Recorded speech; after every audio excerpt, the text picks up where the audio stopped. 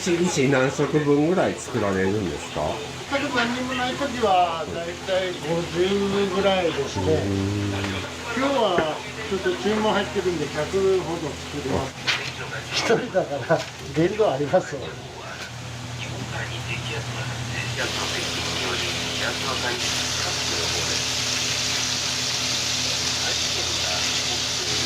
自家製のハンバーグ。最初。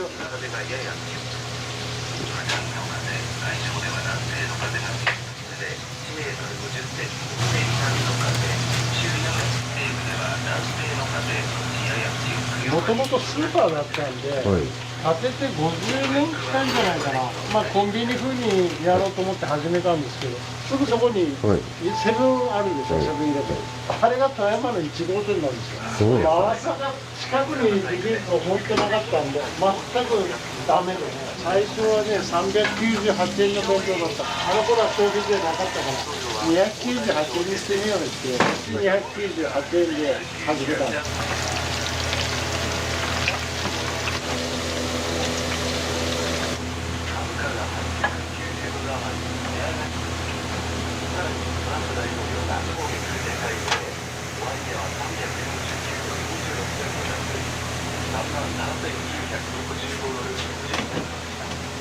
来月で73。あ、そうなんですか。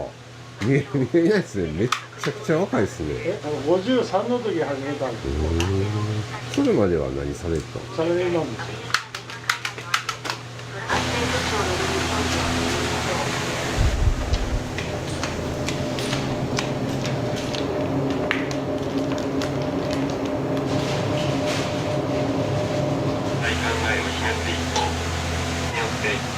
計画がホワイトハウスで会談しました。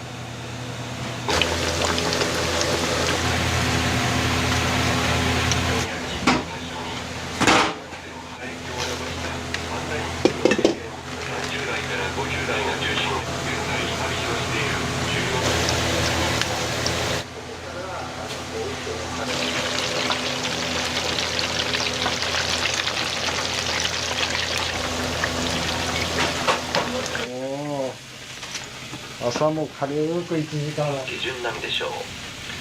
今日はと韓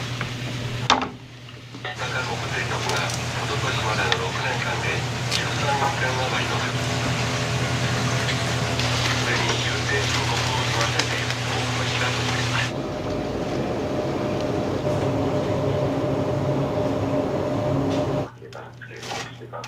厳選した春菊を形にしてしまうような手を作ってしまったということです。これコロナの時も同じようなところがあったんですけれども、切り先は朝4時過ぎに起きて、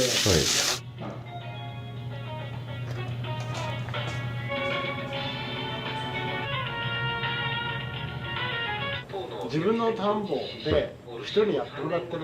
田んぼによって味違うんですよ。今との発足の当初から携わってような大学のチームと専門的な訓練をいただきました。例えばですね、7歳から今後の活動というのはどうしてもですね、やはり9年ということで活動を終了しております。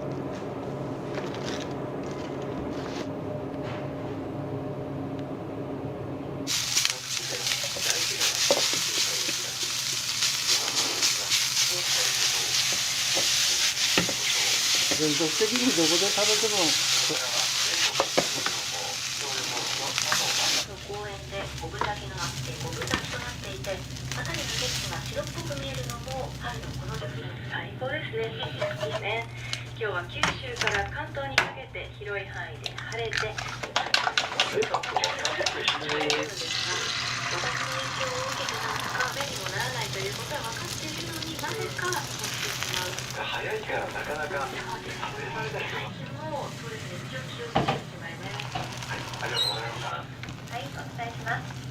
今日とこの時間、本州付近は南のから日本海には気圧の谷があり、午後は気圧の谷がし大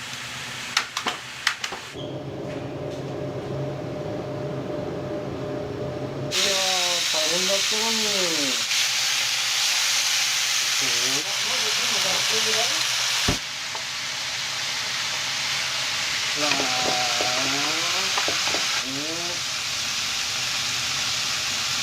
北海道であれ地震あって電気消えた。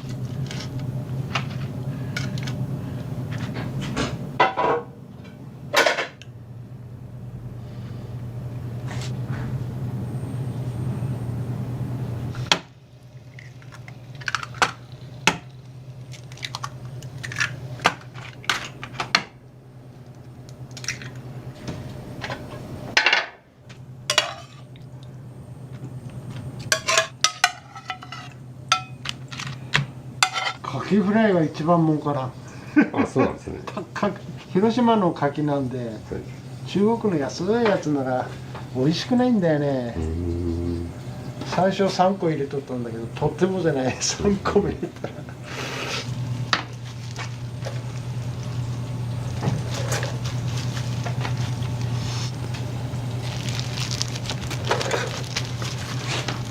これでもね、多いとか少ないとか、最初よりだいぶ減らしてるんだわ。女の人は多いっていうし、足りないっていう人は2つ買ってこう。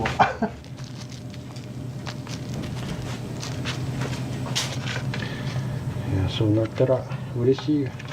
でもどうしたらこの300円続けられるか思ってね、いろいろ工夫しながらやってるんだけどね。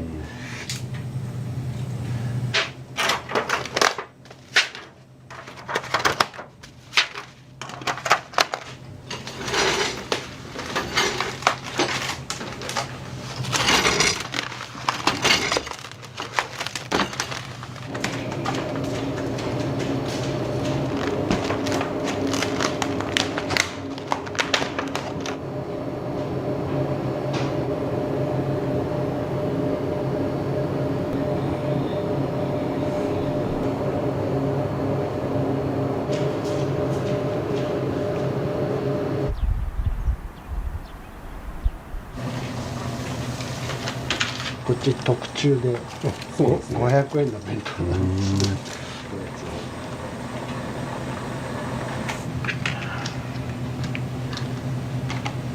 例えば町内会のなんかの団体さんとか、はい、今日来てるのはこの地区の社会福祉協議会、はい、油林地っていうはい、だったら嬉しいわ。一つ買ってったらこんな値段でやれるな。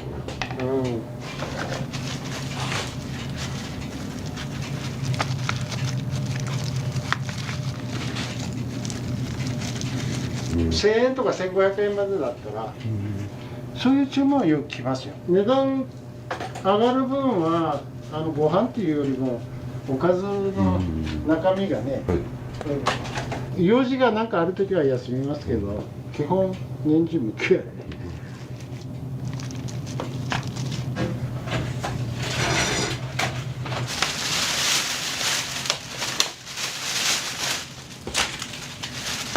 あと何年ぐらいこう続けられるって目標みたいなのってあるんですか？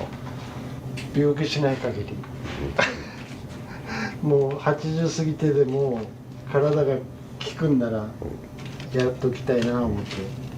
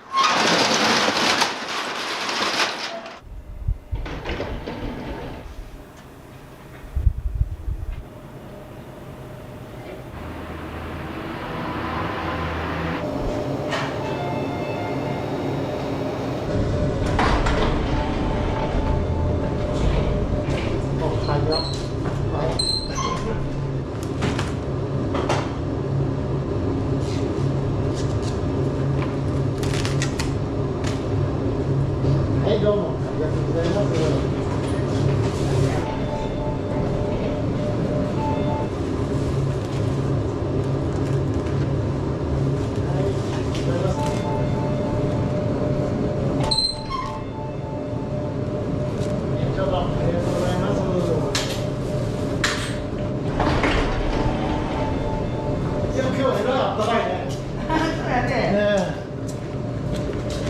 散歩終わった？また。まずは弁当。食べてから行く。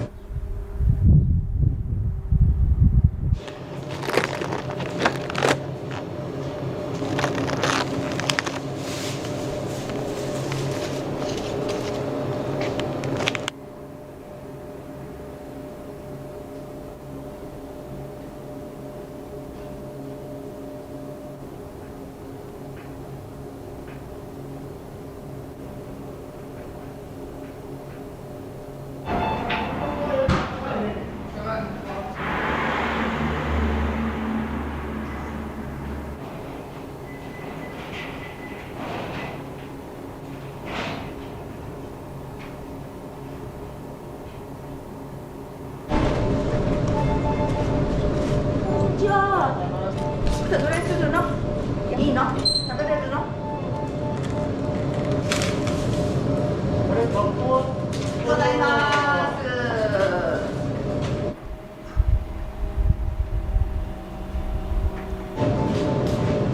すいませ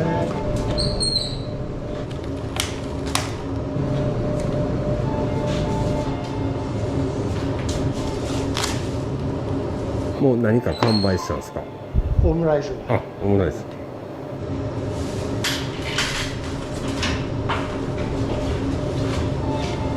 いつもありがとうございます。ご苦労様です。よく来られるんですか？ちょこちょことあ、そうです。言われてたんで。向かいが届いたらかもしれない。ああ。ありがとうございます。どうもありがとうございます。お米って美味しいですよ。お米が美味しくてね、そこの三田いうところで、お米のちょうど美味しいところで採れたお米なんで、新米おにぎりの時期なんかはすごく、食べていただいたら分かると思いますけど、中にあるジンギスカンとかもね、はいすごく焼いたら美味しいので、たまに利用してます。はい。ジンギスカンって北海道からなんか取り寄せてるんですか？旭川の結構売れてる肉屋さんから取り寄せてる。富山って結構ね、北海道出身の人も多いんですよ。だからそういう方が来られたり、本場の味の肉って売ってるとこはあんまりないんですよ。今日は売れ行きはどうですか？多分お昼でなくなるかな。昨日なんかね、今頃もう10個もなかったんですよ。昨日はね、10時ぐらいから結構来られて、昨日は足りなくて、はい。で昼からまた作ったんですけど、わかんないんですよ。今日はまあいつもの感じかな、平均的な。いい天気やのあったね、暑いぐらいだね。こんなん綺麗な本当によ。はい、どうもありがとうございます。いらっしゃいませ。はいはい、はいはい。じゃあ先に。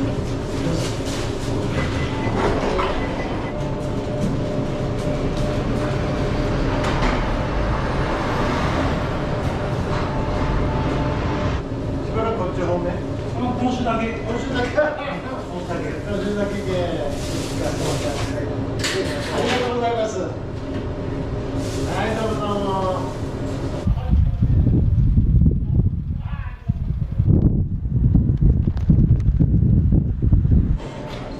今日は汗出るぐらいじゃない。風が強い。ああ、そっか。ありがとうございます。はい。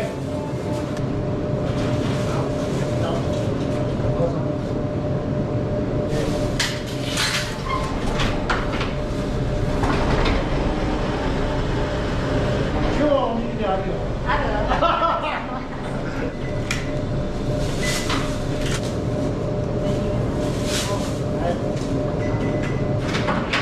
はい、ありがとうございます。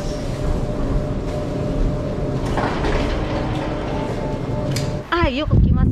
ここ美味しいです。美味しい。コンビニよりこっちが安い。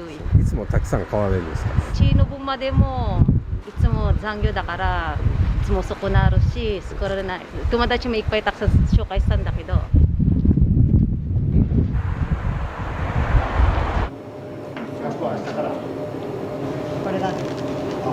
人だ。一人でいっぱい飲むと美味しそう。はい、ありがとう。ありがとうね。よくお弁当買われるんですか？いや、あんまり来ない。そうです。なんか来るともう人気だからなくなってる。あ、そうですね。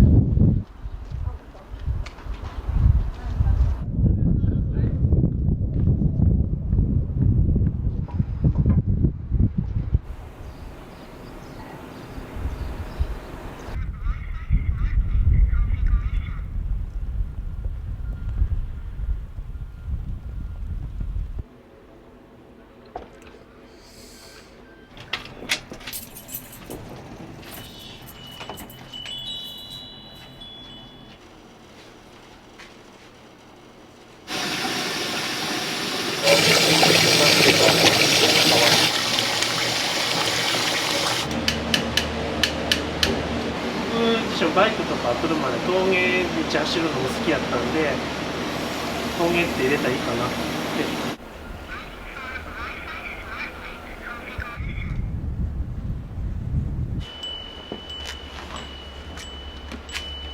大体切ったりするのは小松店の方で、切って持ってきます。自分小松に住んでるんで入ってます。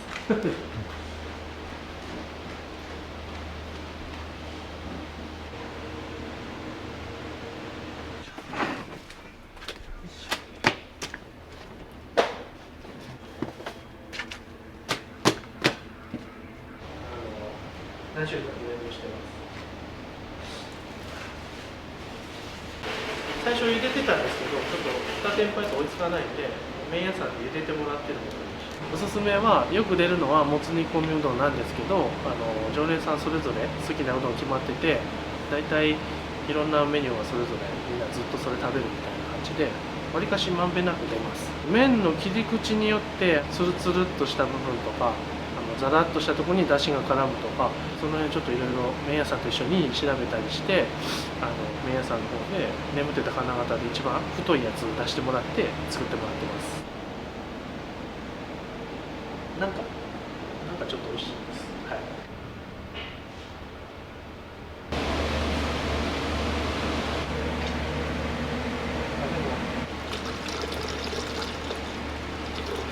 得意で味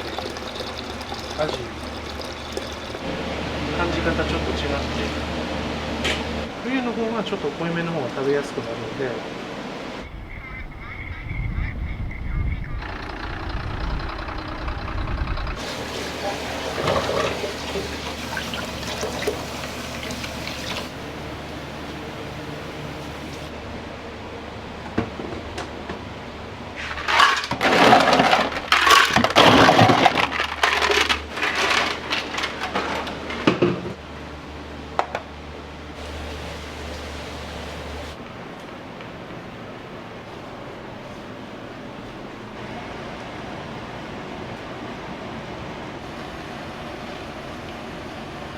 基本的にはサバ節が多く入れてもらってますと、グルメイワシと入ってますをベースに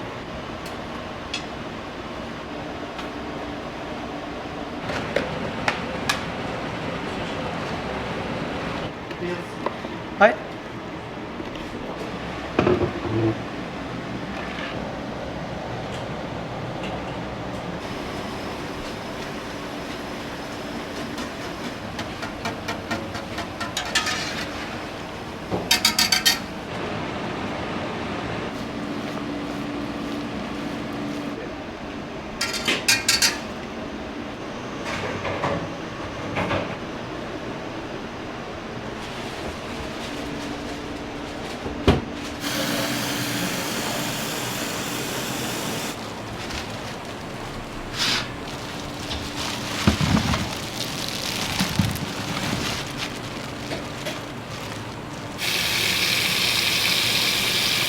たっぷりめで広がってます。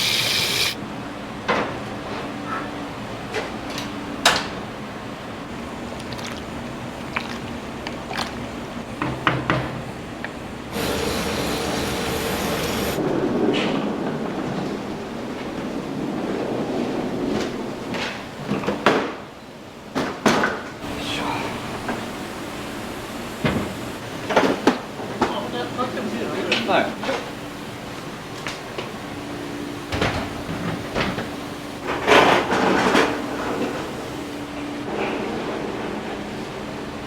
鍋ともやろうかな。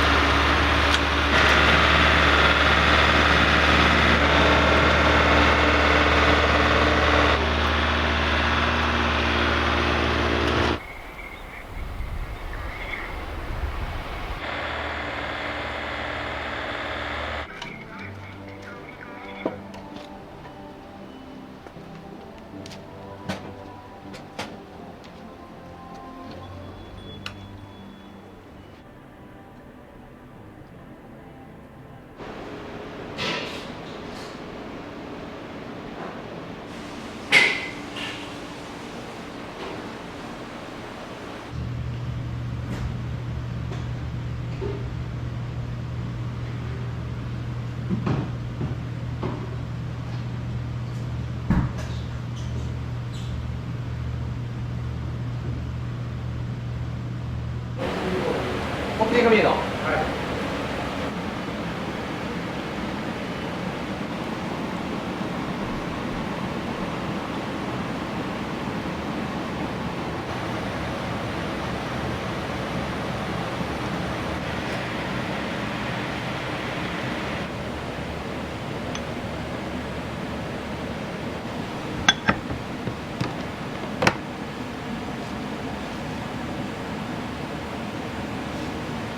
お先にこちらとろろにしてとろろご飯です。はい、失礼します。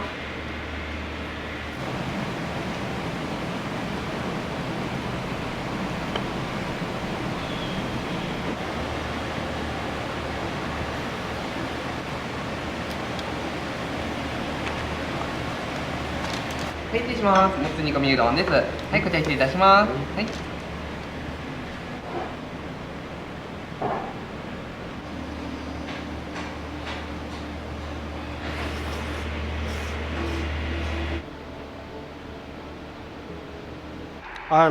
むちゃくちゃ温まりました。年中食べに来ても美味しいですけど、一番旨味を感じられるのはやっぱりこの時期かもしれませんね。辛南蛮とか他のメニューもおすすめです。今日はもつ煮込みをいただきました。大変美味しかったです。体温まりました。お好きな席どうぞ。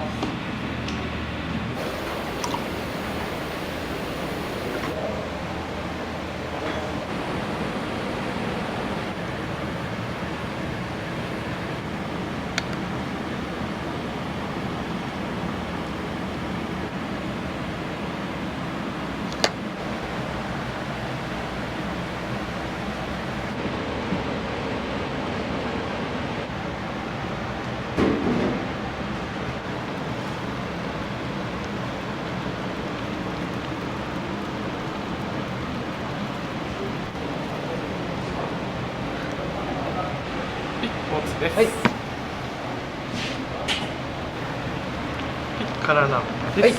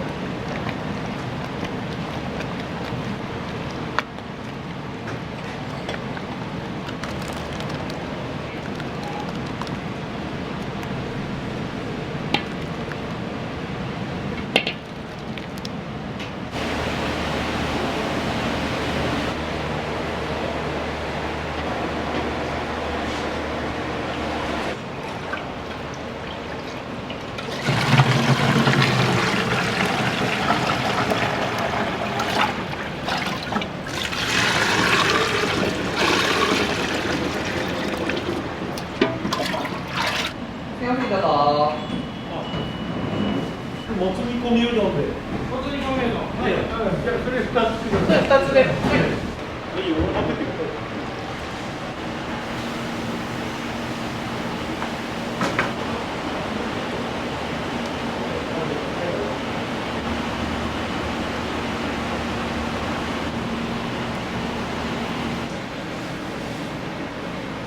じゃあ一応3人になるか。はい。はい。です。はい。お願いします。はい。失礼します。もつ煮込みうどんです。どうぞ。はい、こちらお借りいたします。スーモーちゃん入り。はい。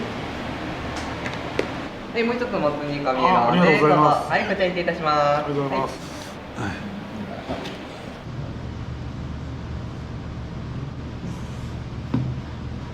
じゃあね、こんにちは。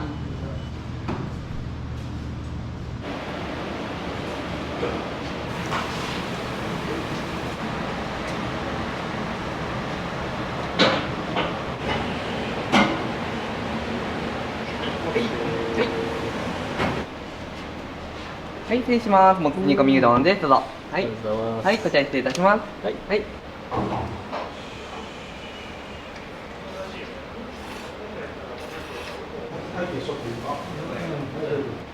辛くないけど食べる後いつも少し体が温かくなっていますといつもそのもつは美味しい。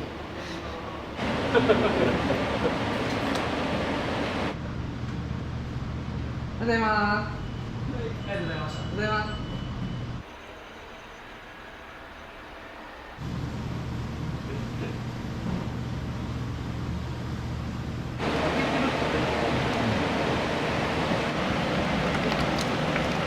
週末は開けるんですけど、オープンと同時に1回バイトなので、それがだいたい3時半までずっと続く感じになります。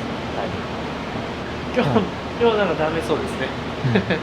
すごい雪降りましたし、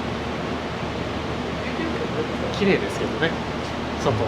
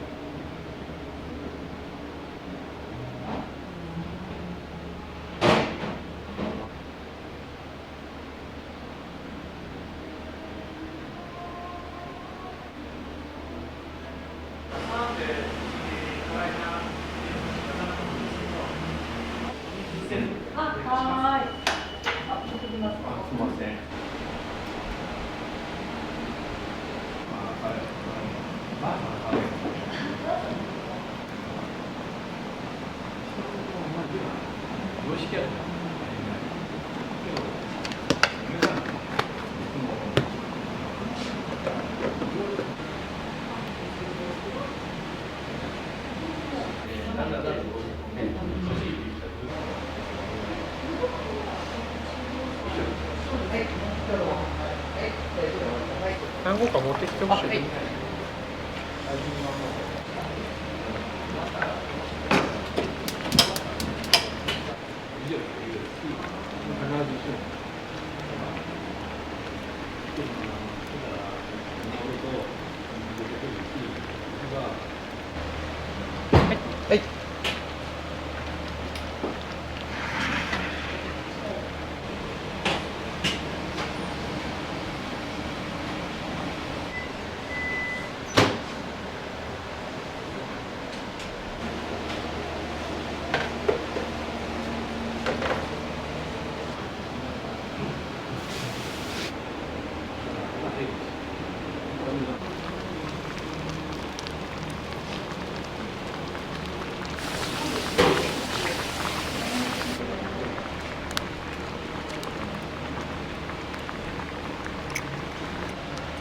カレー玉です、はい、真ん中、卵入ってます。はい、失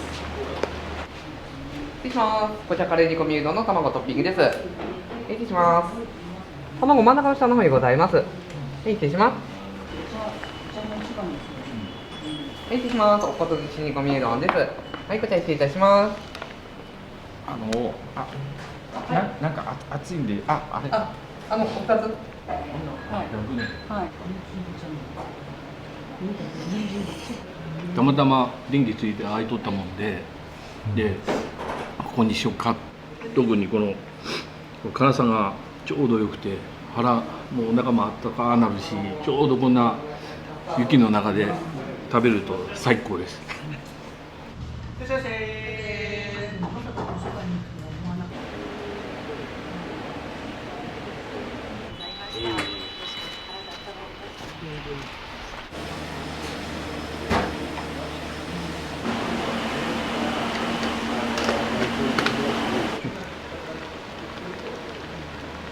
きに使ってください。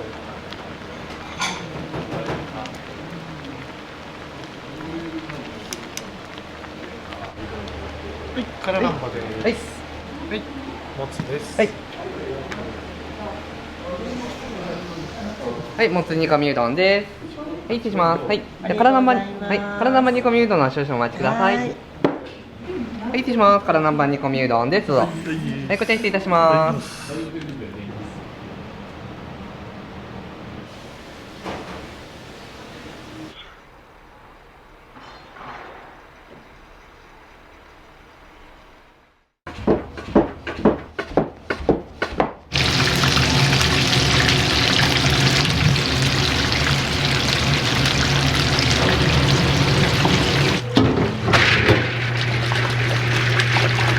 はい。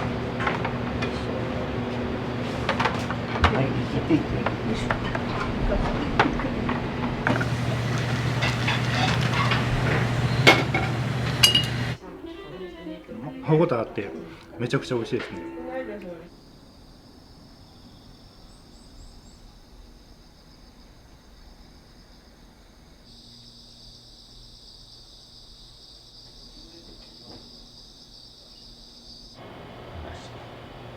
お願いします。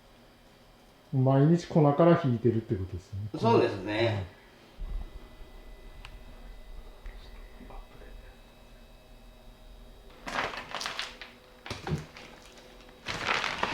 こんな感じで殻剥いた丸抜きになります。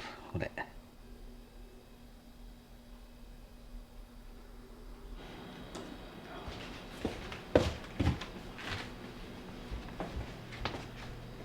お願いします。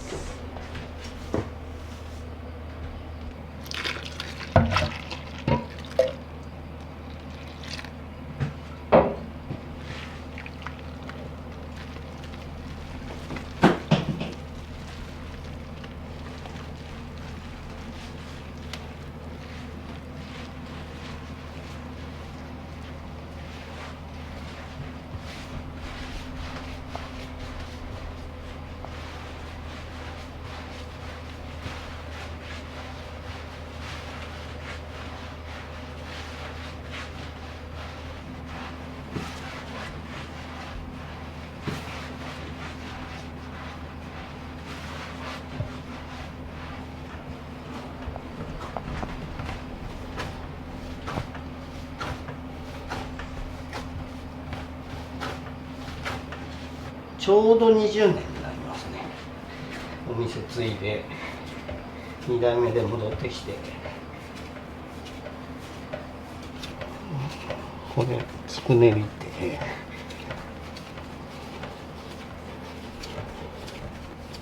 これまとめて取るんですけども、はい、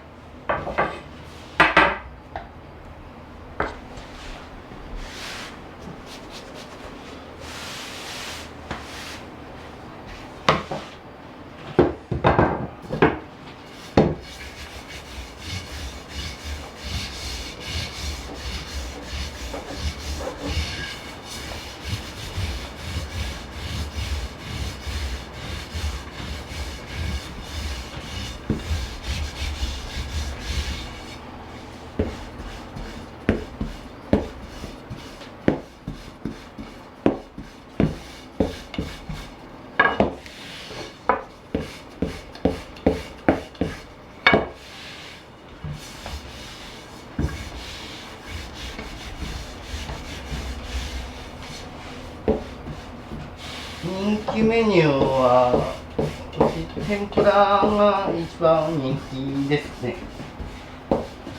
天ぷらとお蕎麦のセットを頼まれるお客様。そうですね。天ぷらか鴨、つけ鴨あるんですけど、これ頼まれるお客さんもまあまあいますからね。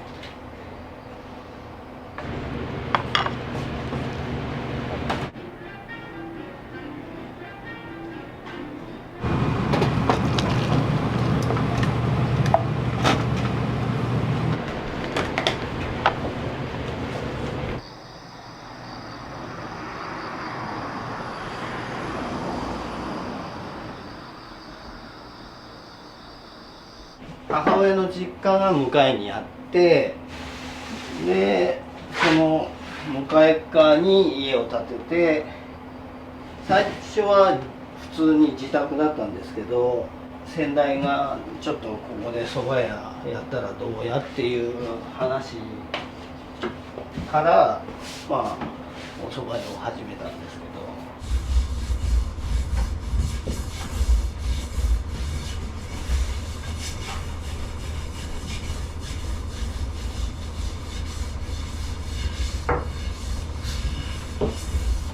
うちつなぎ一切使ってないんで、こういう紙に一個一個包んでバットに入れるって形です。風当たると風邪ひいちゃうんで。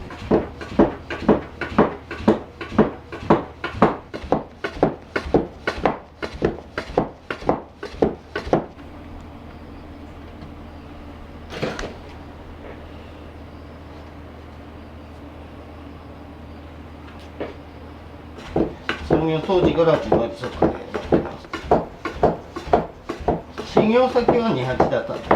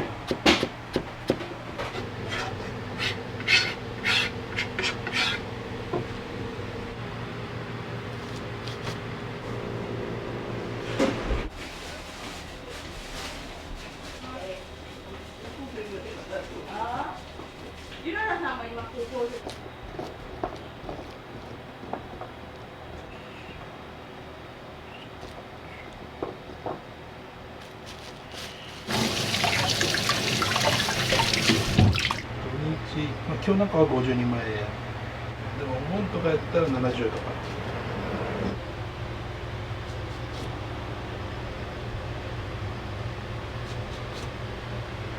あとはヤングコーンとか。遊学館だったでしょ。遊学館の隣健康なんですよ。あ、健康なんや。なんで、みーちゃんここは。そう。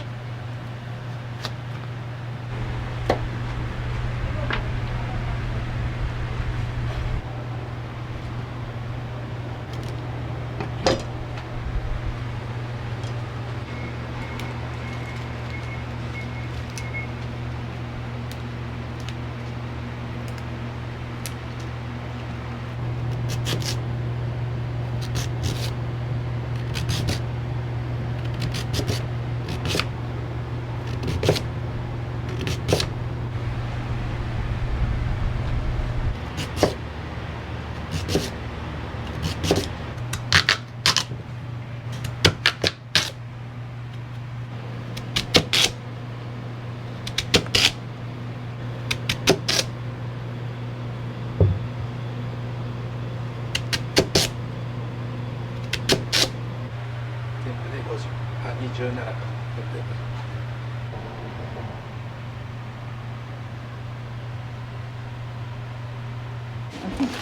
今日は、いつも使っていただいている器を修理したものを持ってきました。これはもうそばっていう一つのテーマですね。淡い色の香り高いそば、それに合うような器を、はい、作ってます。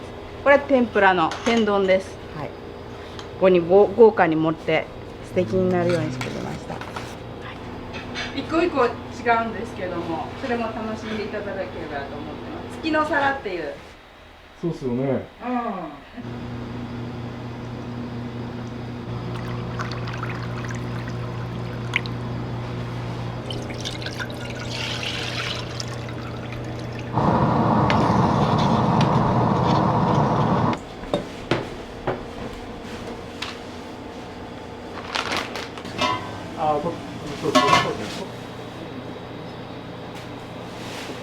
これサバで、ソーダと本ガツオが入ってますで、メジカ、これも本ガツオです。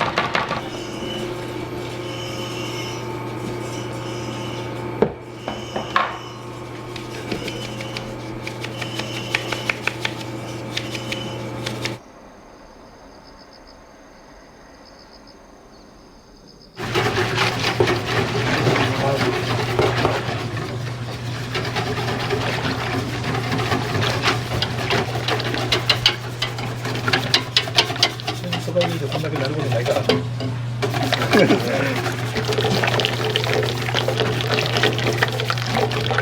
めてこう来てそば湯飲んだ時はこれがそば湯か。それは本当この売りやと宮川の売りやと。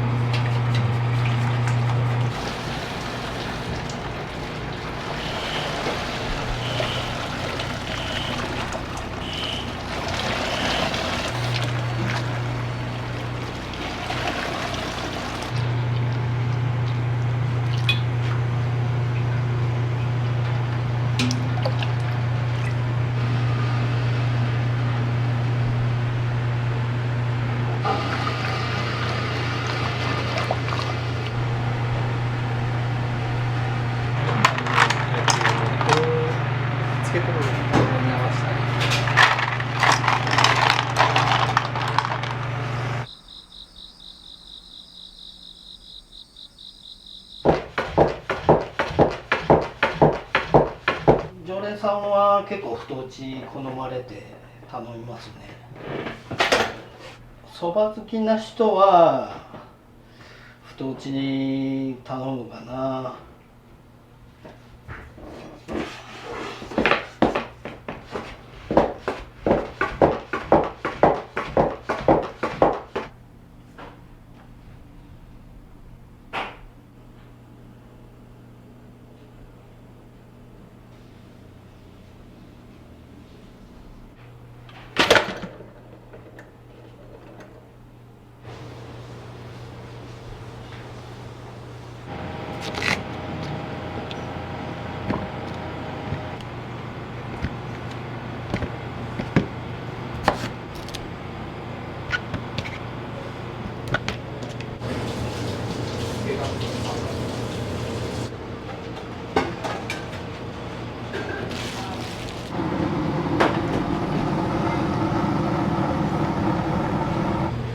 玄明さん電話したら、はい。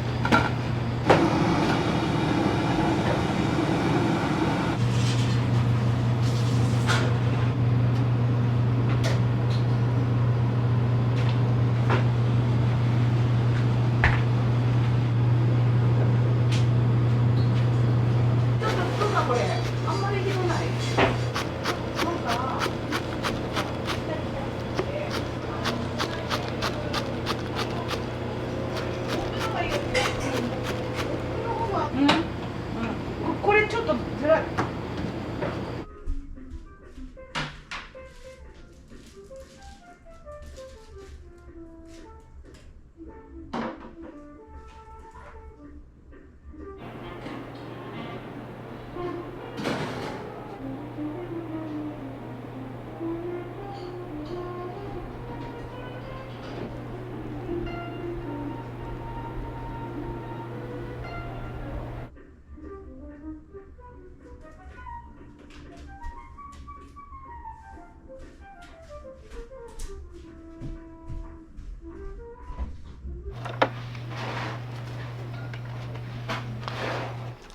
やってるんですけど、置いてあるんですか。手作りっぽい。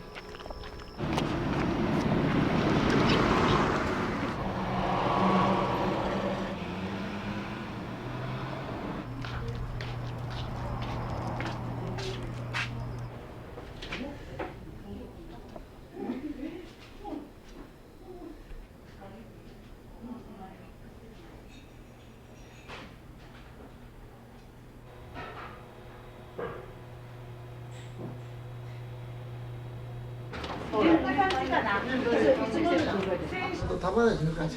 ああ、ほんなんや。すぐわかる。つけとろ天盛りとつけとろが2つですね。一つは太麺でね。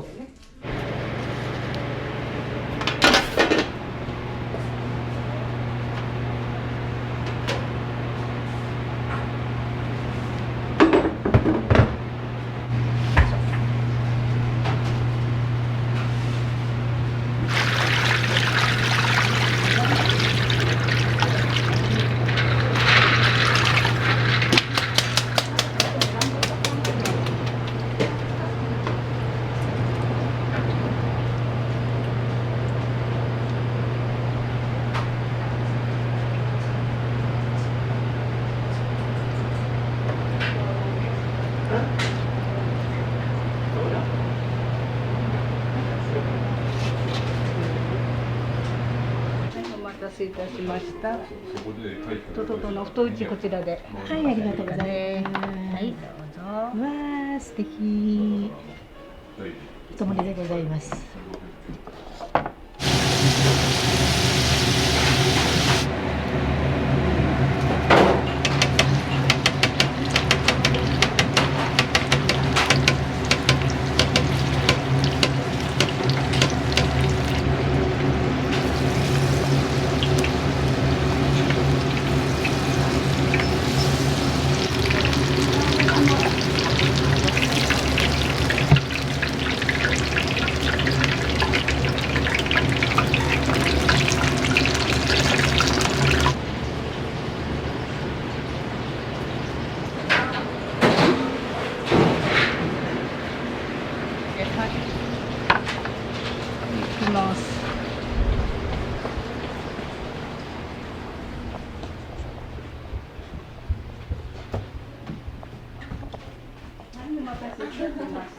新聞そば先にすみません。天ぷらお中でどうぞ。はい。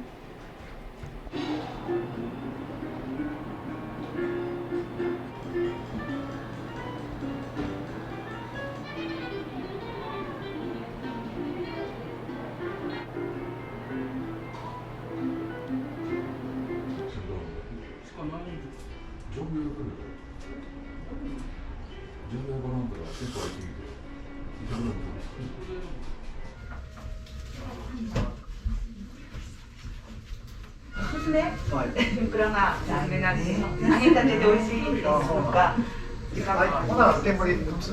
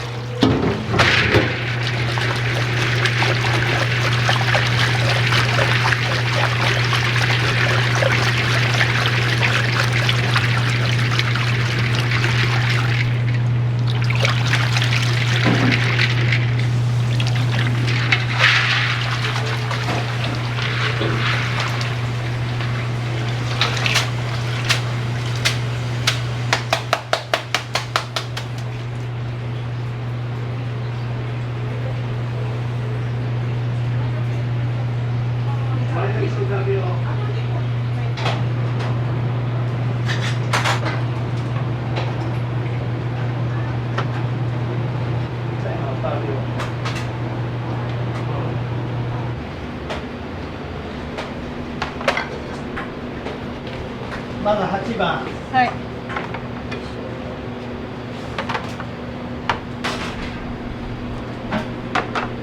はい。はい。8番。はい、行っていって。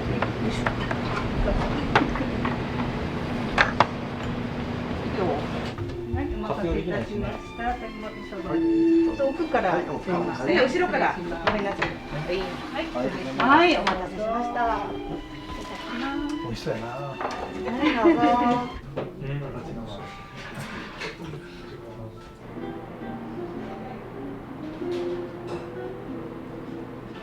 あ、牛行寺がこんな大きいの鍋？天ぷらすごい美味しいと思う。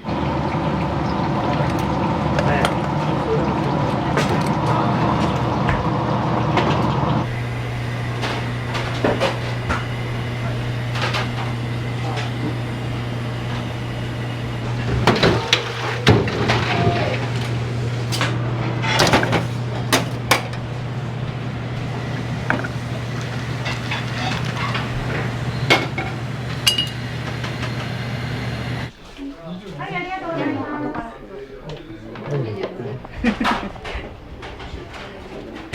はい、お待たせしました。いてもおそばです。どうぞ。ありがとう。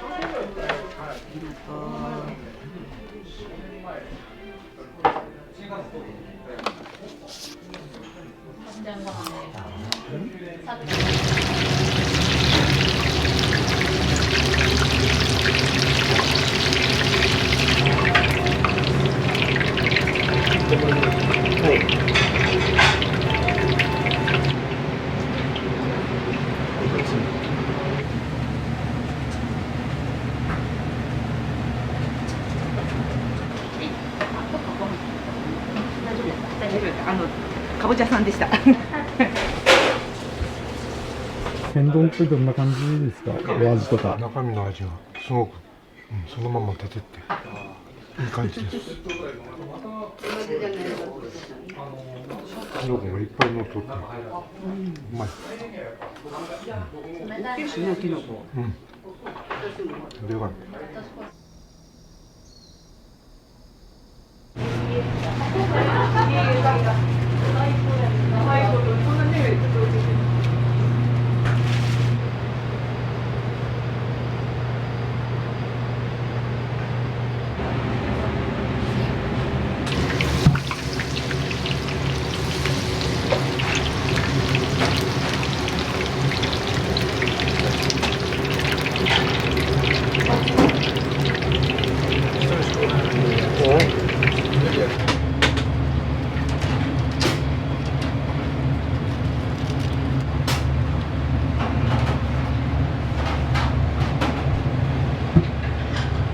お願いします。は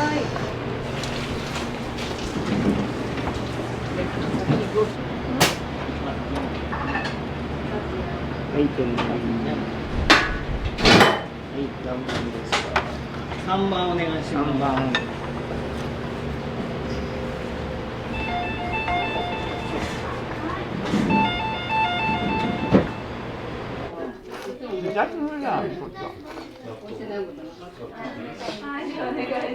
難しいか。入れますね。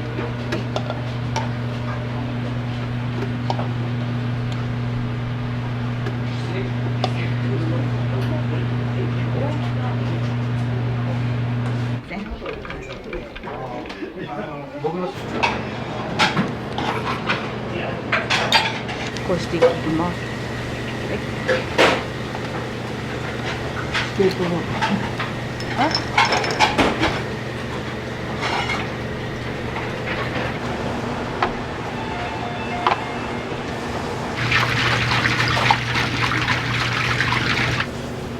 しょ。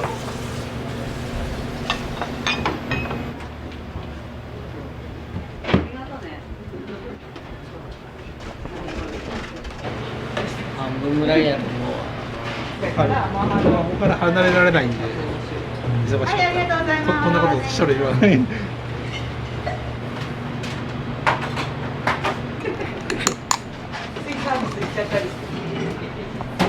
い、大盛り。ありがとう。ごめんね、ちょっと。また戻った。うん、また。これ、あ、まだ置いておきます。うん、どうぞ。はい、アイス。オッケーです。大丈夫ですか？大丈夫ですか？まあいいよ。いつも通り。う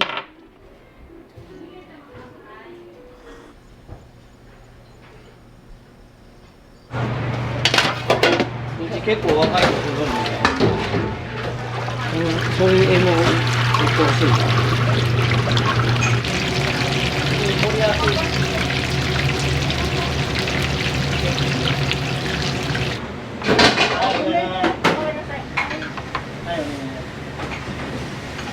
はい。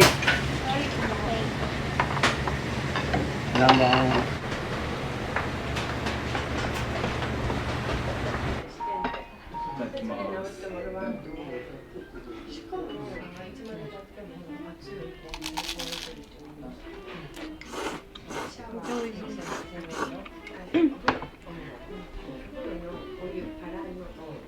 歯ごたえあってめちゃくちゃ美味しいですね。風味もいいですね、そばの。おろしが2つ。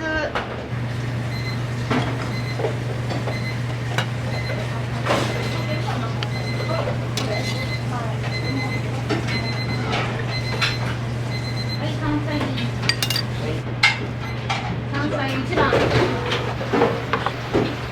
天ぷら盛り合わせ。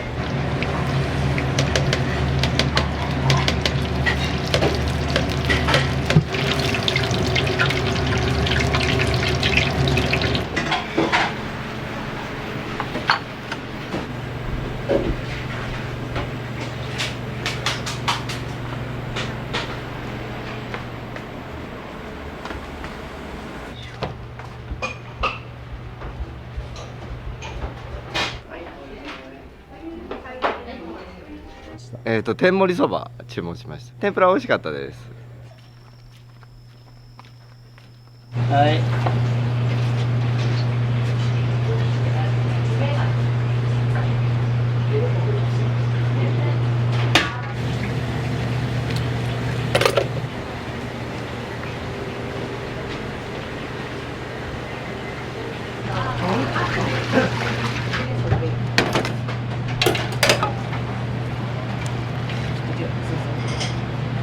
天素いきます。天素何番？2番。はい。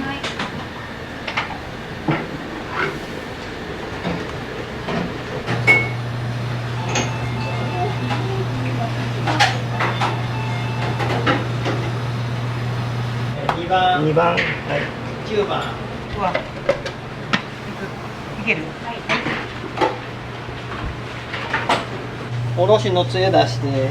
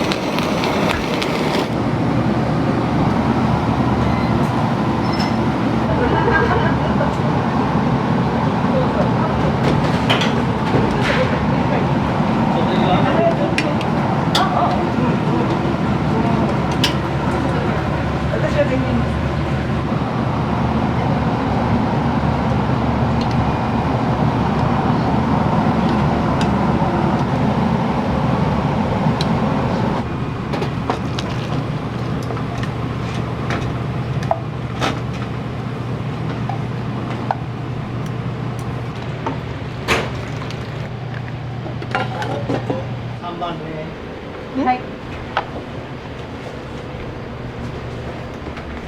6番。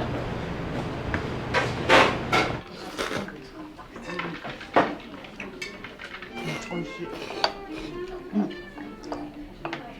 美味しい。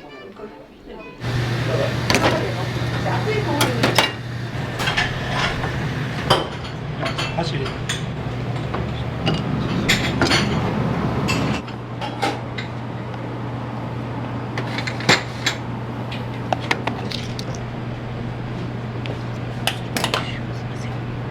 三つ葉お願いします。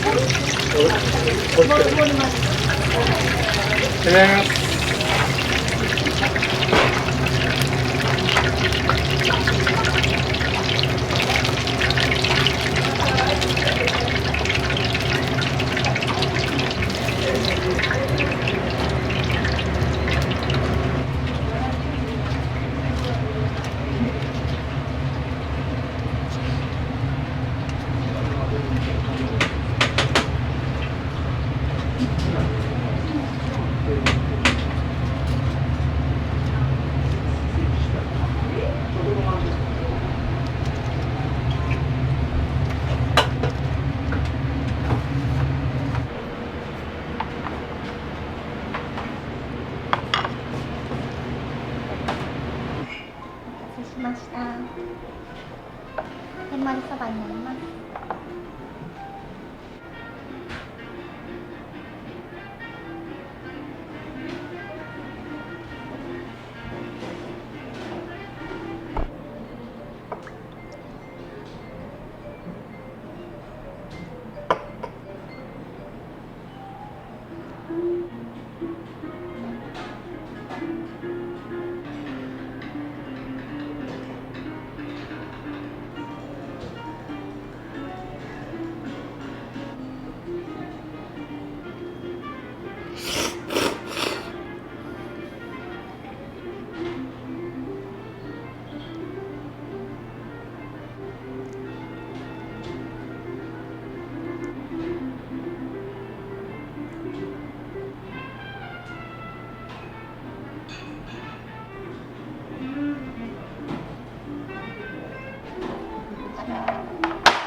こちらにそば湯をいただきます。こちらのコップでお飲みください。お水になります。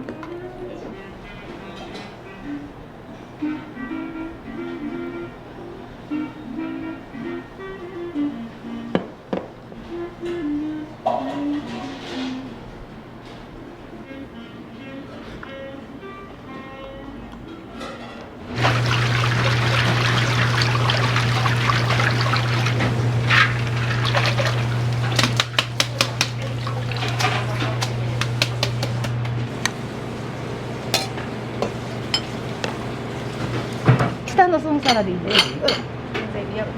ダメ。熱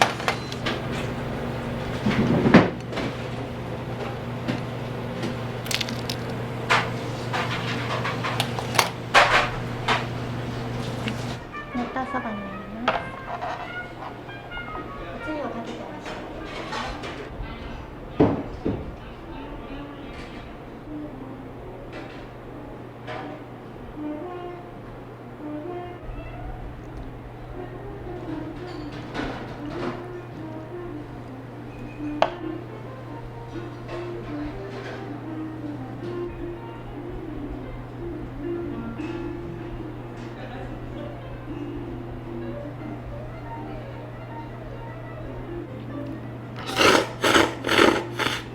かぼちゃプリンです。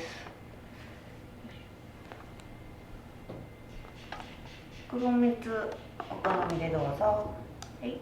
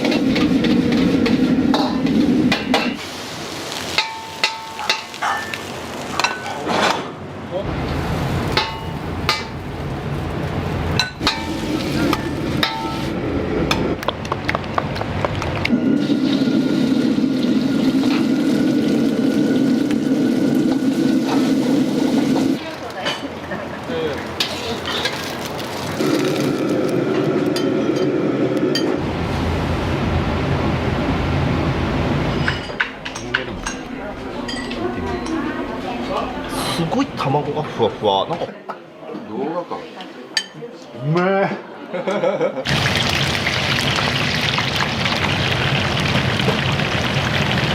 でかいっす。びっくりしました。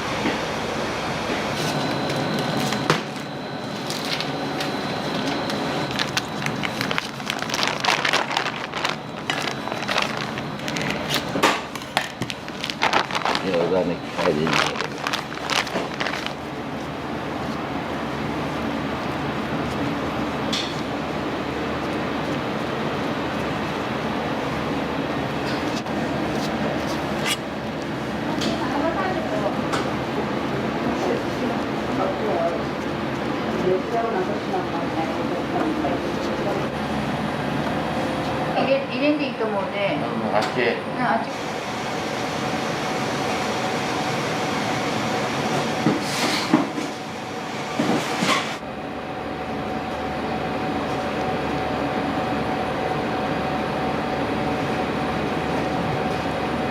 皮もパリッとした食感もいいけど、皮が食べてるような食感をなくすっていうのは僕の信頼と中の具の野菜の美味しさ、肉の美味しさをやっぱり出すように。この層はもうミリ 0. 何ミリの単位ですから、もう映るぐらいね、で皮それを50年間薄さを保っている。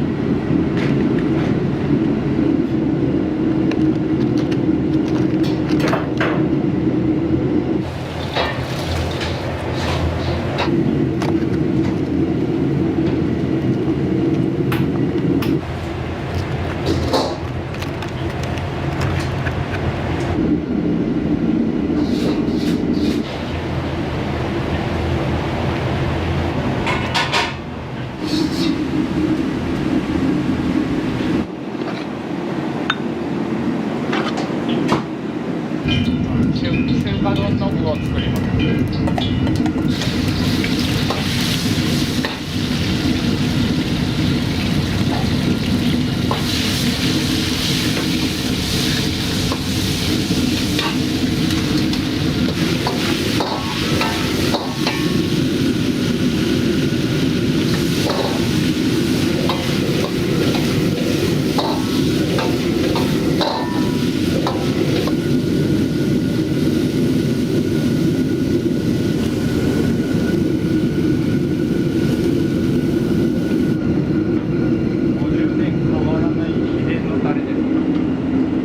変わらないですね。継ぎ足し継ぎ足し作られてる。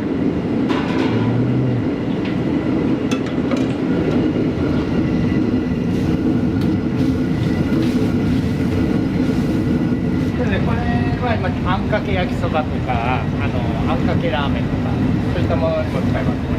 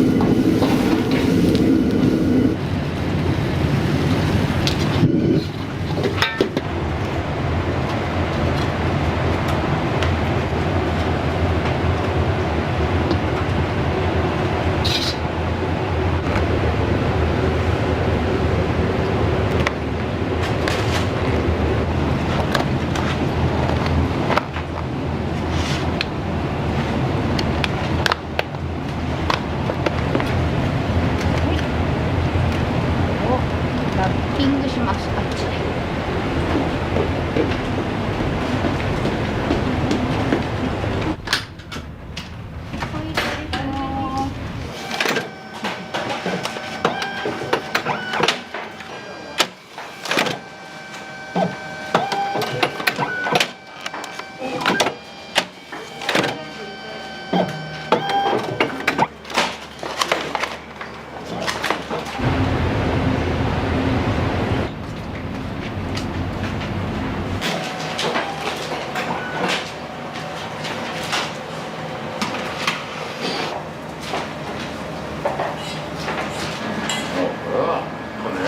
絶対ならな、いい編集はできんね。そうなんです。これはいくら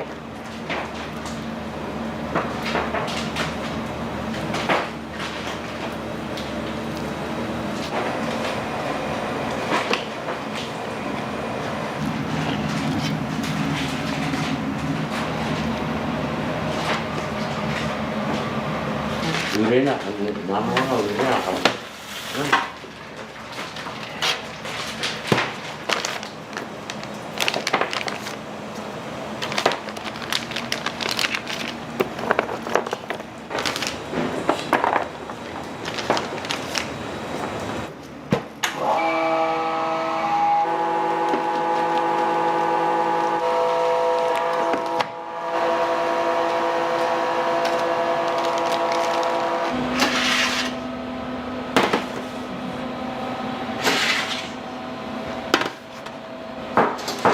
電気つけて。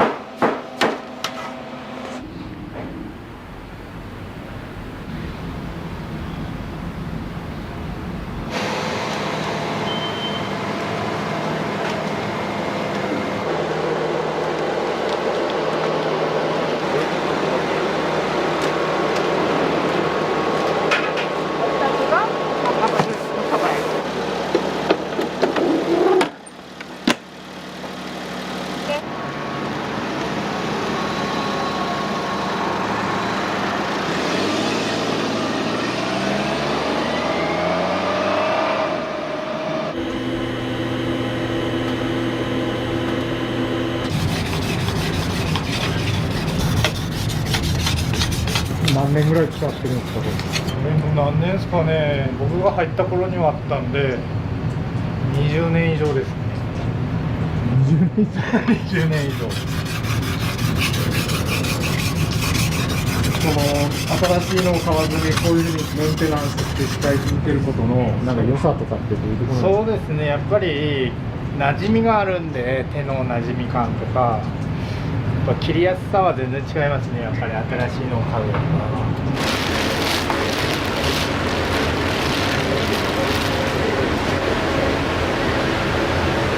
豆腐入れるのって結構一般的なんですか？いや、どうなんですかね、うちだけかもしれないですね。柔らかくして仕上げるためにうちは。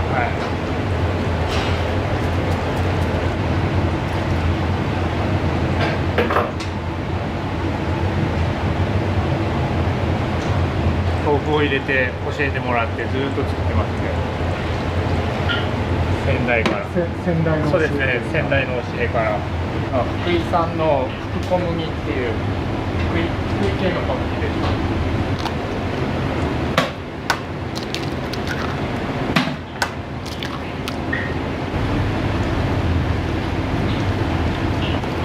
こちら何個ぐらい仕込むんですか？これでだいたい150個ぐらいですかね。土日でなくなる感じですね、2日ぐらいで。好きな人は結構好きなので、お持ち帰りで肉団子4人前5人前ってお持ち帰りするので、ちょっと粘りが出るぐらいまでしっかり混ぜ合わせて感じ。そうですね、土日は週末が一番忙しいですかね。コロナが少し落ち着いてきたので、大体200、300人ぐらい、土日、土曜日、日曜日で来る感じですね。コロナ前とかやったらもうほぼ300人、400人とか、もう忙しい時だと500人近く来る日とかもあったんで、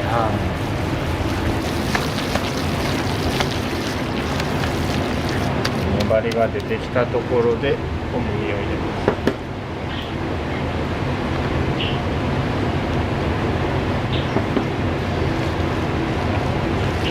さっきの卵と水とこの小麦の比率で全然食感とか仕上がりが変わってしまうんで、本当に見極めがすごい難しいです。こねで手の感触でもうちょっと水が欲しいかなとか、卵もう少し欲しいかなとか、これができるようになるまで結構本当に1年2年ぐらいい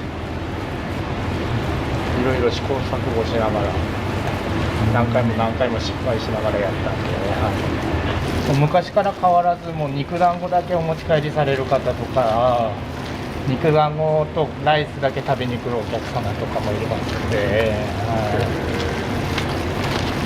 去年の9月で50年経ったからですね。今年で51年目に突入なんで、そうですね、僕が継いでもう完全に任せていただいてもう15年ぐらいですかね。僕がここ入って22、3年経つんで、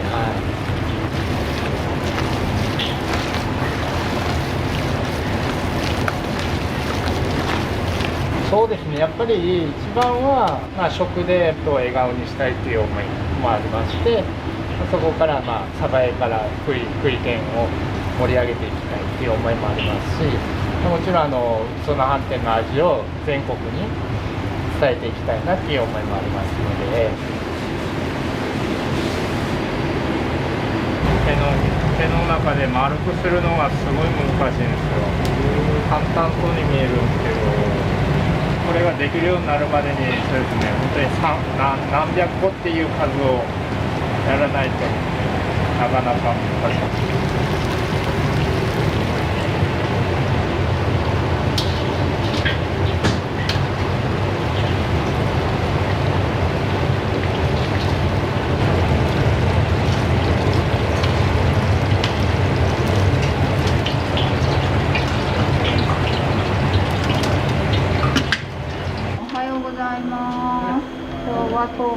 給料日です。12時にお持ち帰りがあります。お持ち帰りの段取りしといてください。その弁当、カツ丼3枚、餃子3。私また動くので、3時から1時間、ちょっと決まります。失礼します。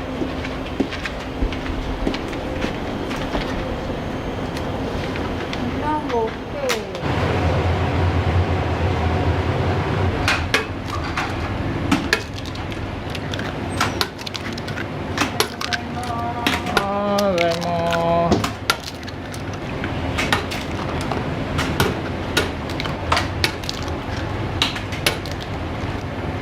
これを何貫分作るんですか？これを平日だと2貫から3貫で、土日やと5貫ぐらいですね。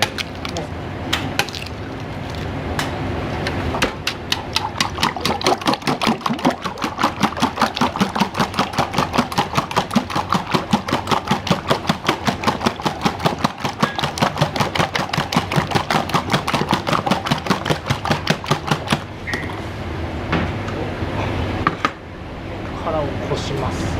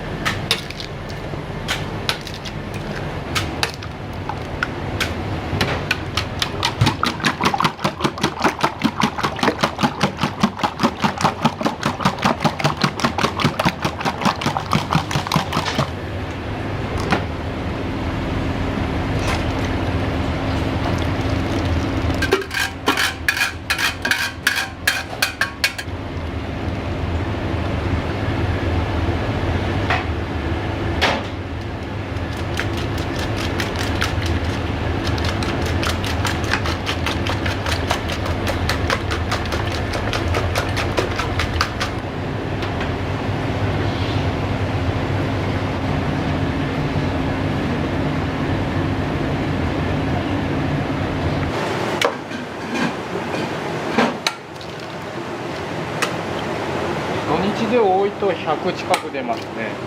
2人に1人とかそんな感じで出ますので、スペテンを食べにわざわざ県外から来てくれたりするんで、片栗粉を入れることですごいもっちり感を出るカニ玉に仕上げるんで。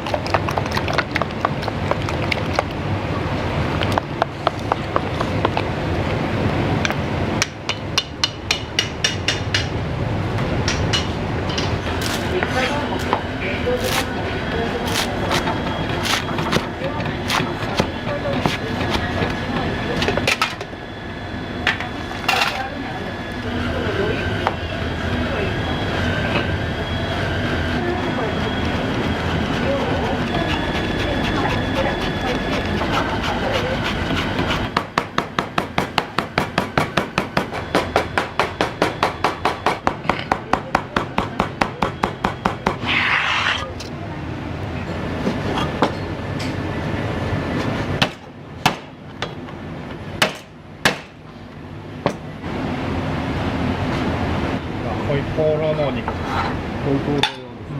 豚バラです。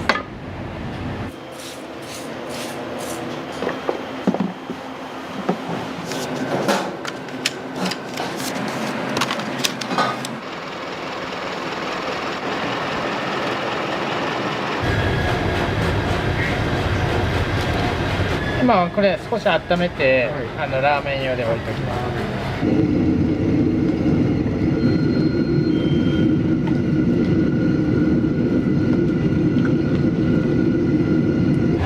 スペテンのタレですね。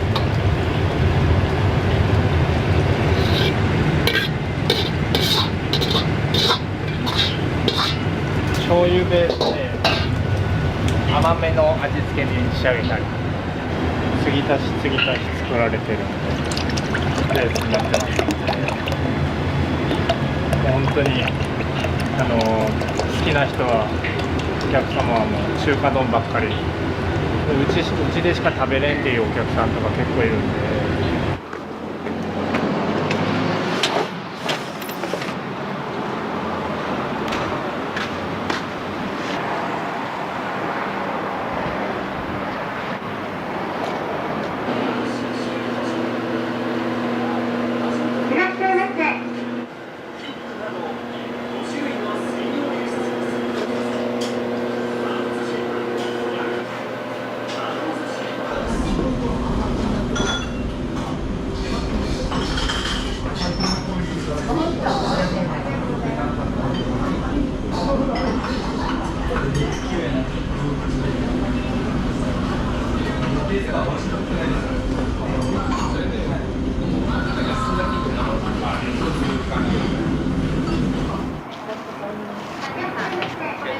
いらっしゃいませ。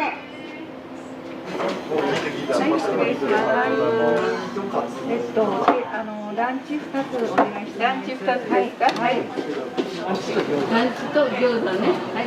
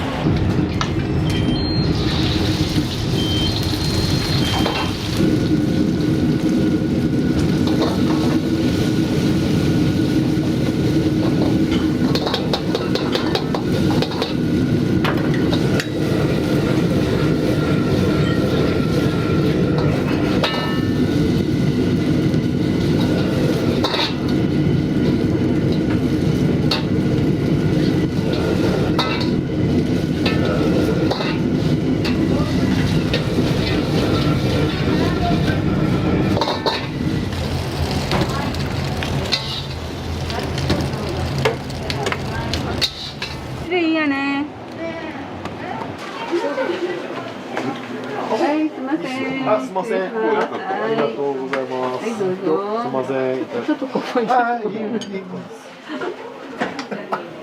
画か。うめえ。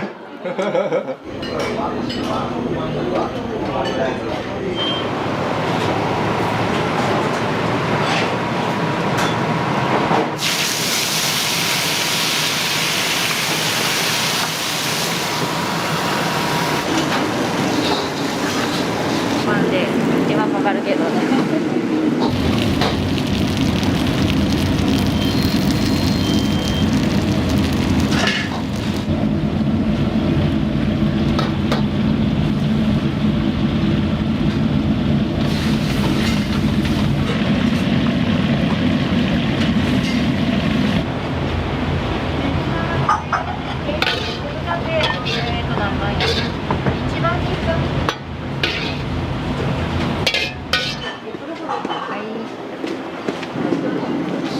ミニミニのチャーハンとラーメンのセットね。了解。以上でいいですか。はい。少々お待ちください。はい、こっちです。はい、はい、ありがとう。はい、どうぞ。野菜の方が良かったね。そうやろ。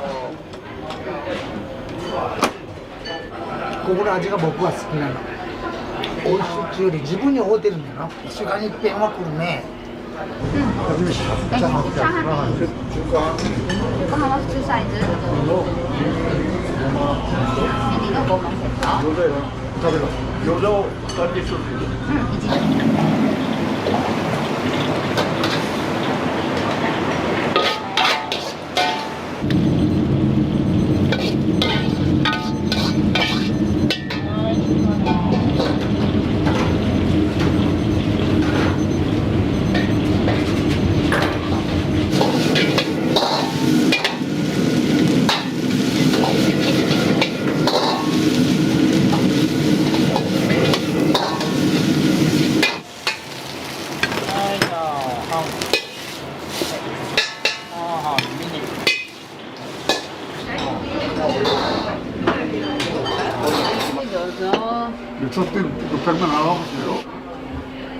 中華半ミニラーメン定食。うん。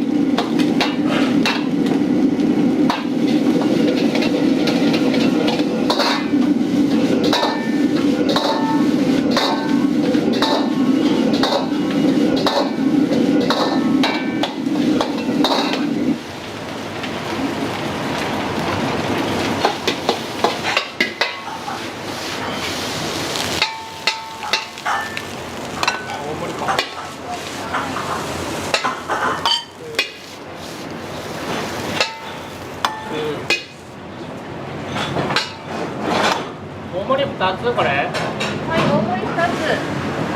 1個やる。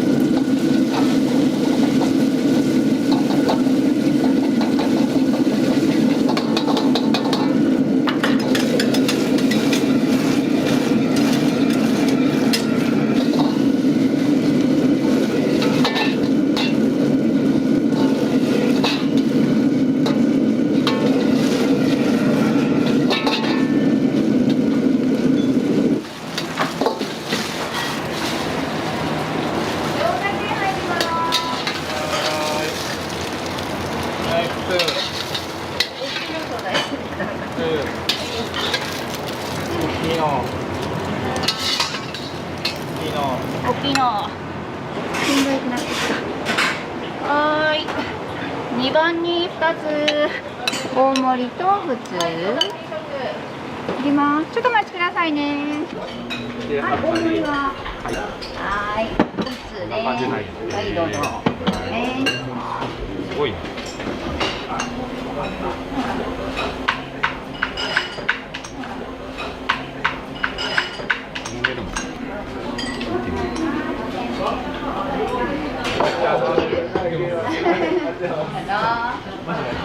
洗い物はダメで。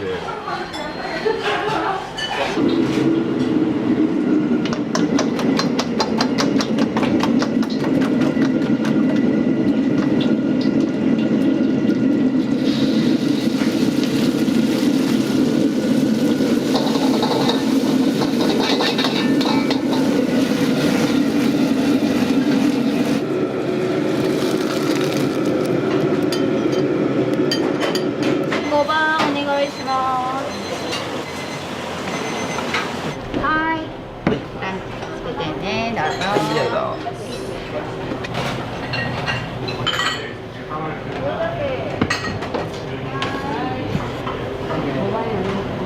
いつも何を注文されてるんですか？結構バラバラなんですけど、やっぱ名物のスペ天と餃子はめっちゃ美味しいですね。で、餃子はいつも頼むんですかね。やっぱすごい卵がふわふわ、なんか他のところよりもすごい卵が美味しいなっていつも思いますし、でやっぱ中チャーハンなのもすごい嬉しいし、でかかってるあんの塩気とかもすごいちょうどいいんで、やっぱバランスがすごくいいなって思いますね。そうありがとうございました。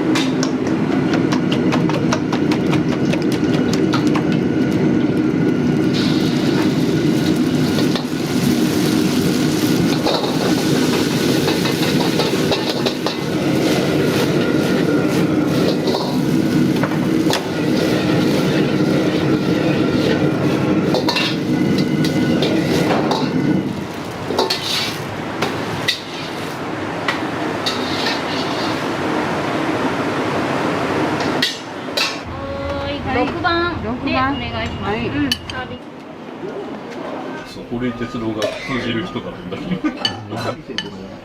そうなの？卵焼き部分の存在感がちゃんとある。あんがうまいですね。でかいっす。びっくりしました。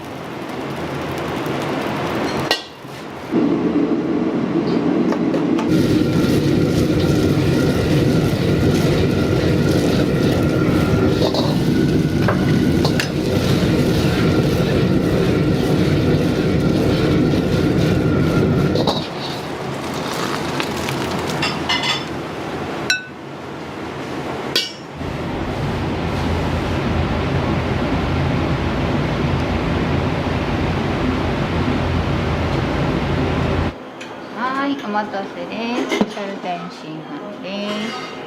はい。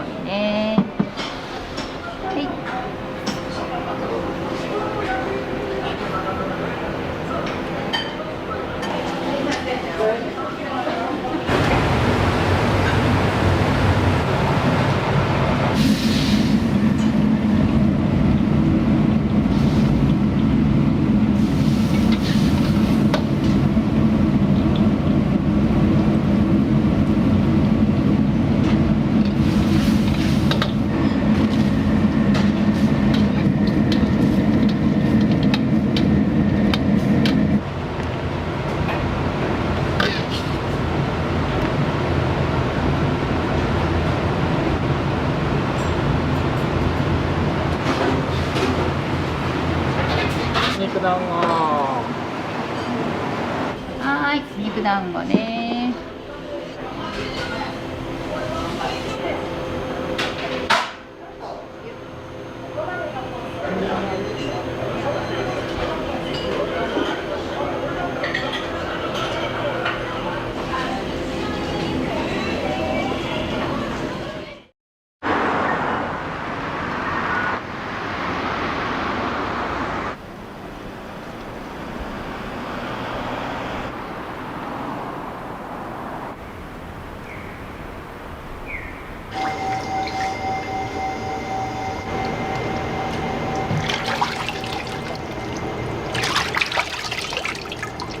スープは大体前の晩に取るんで、これが今日の夜に使うやつを。何代目になるんですか？祖父が小料理屋かなんかやってたらしいんですけど、その後、父が中華料理の修行をして中華料理屋にしたって聞きましたよ。私にとって義理の父なんですけど、中華料理屋になってからは私2代目になった。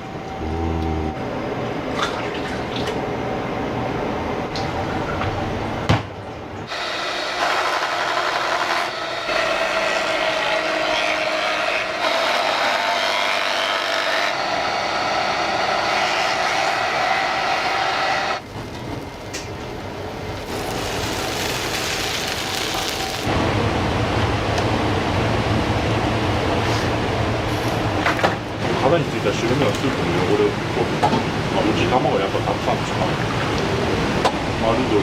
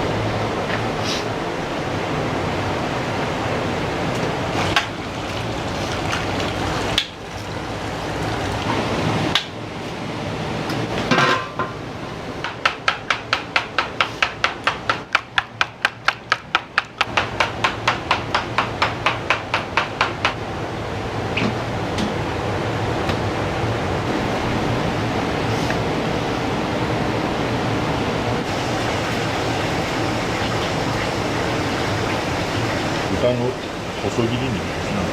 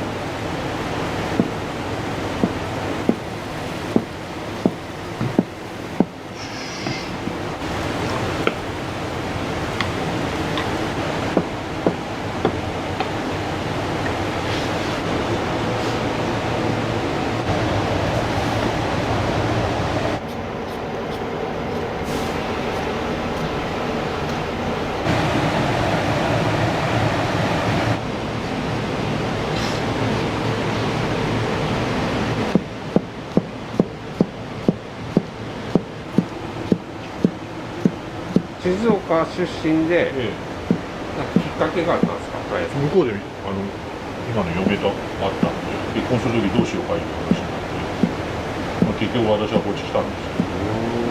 それ何年ぐらい前ですか？これ25年ほど前です。うちの実家が農業だったもんですから、それでずっと農業のとしてやってたんですけど、それまで飲食はいや全く。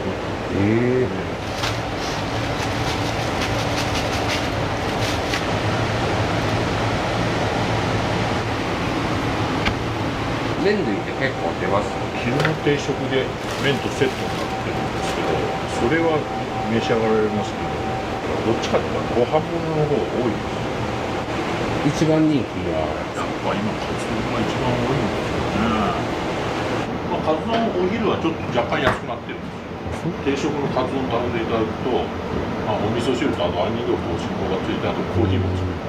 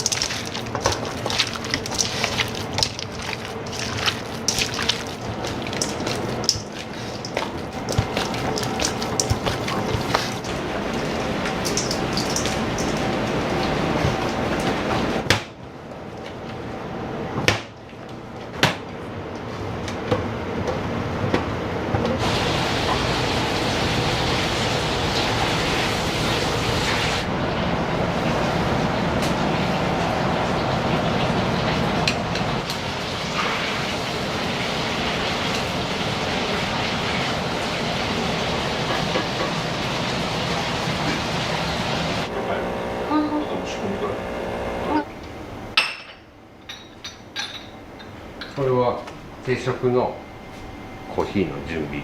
そうですよ。ランチ召し上がった後にコーヒーがサービスがなって、大きいのじゃなくて小さいの。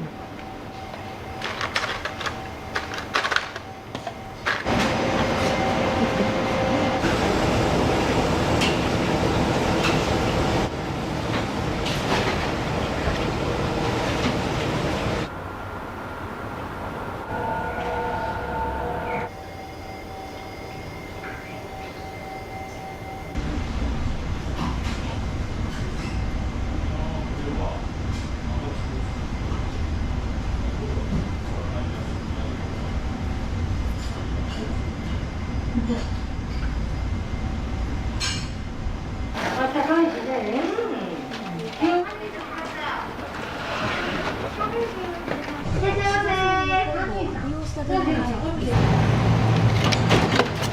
カツ丼3つ、レバニラ定食3つと単品のレバニラが1つ、豆腐定食と麻婆豆腐の単品。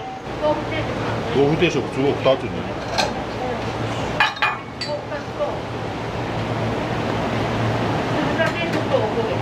酢豚とおこげ。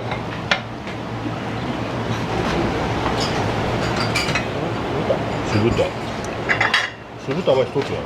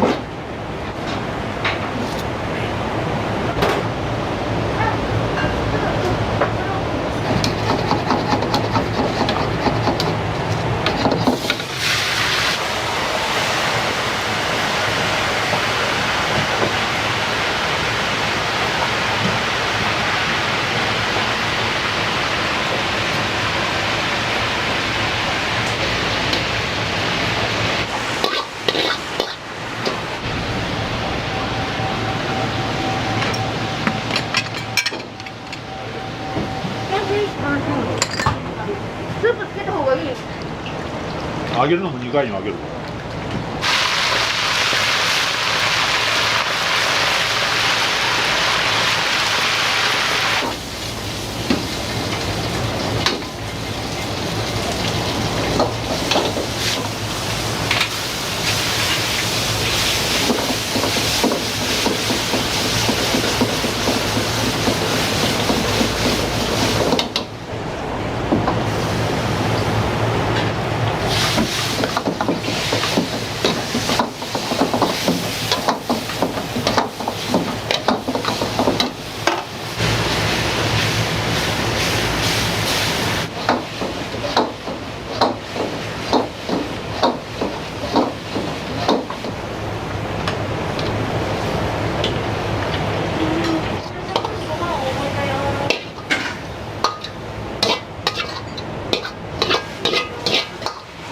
とりあえずはい。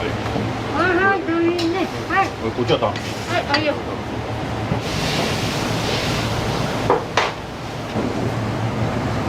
あれ？タレバニラ定食です。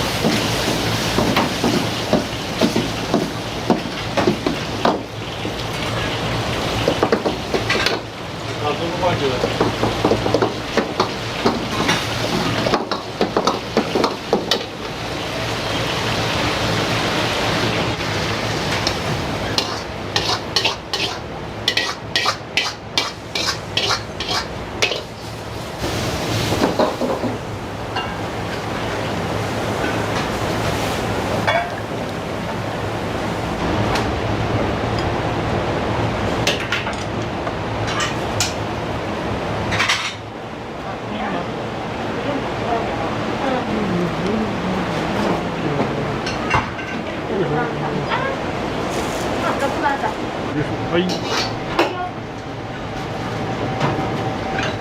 ちょっとボリュームありますね。これは麻婆丼とラーメンのセットです。うん。丼は全部セットになってます。はい、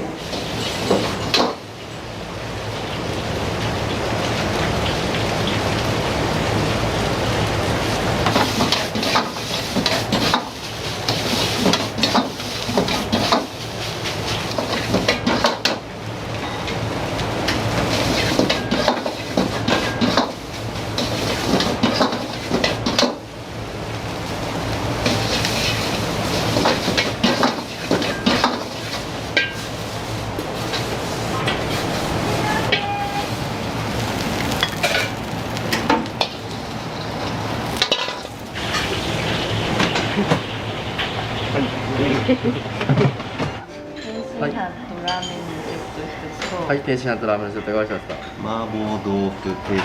麻婆豆腐定食。はい。天津飯セットと豆腐定食。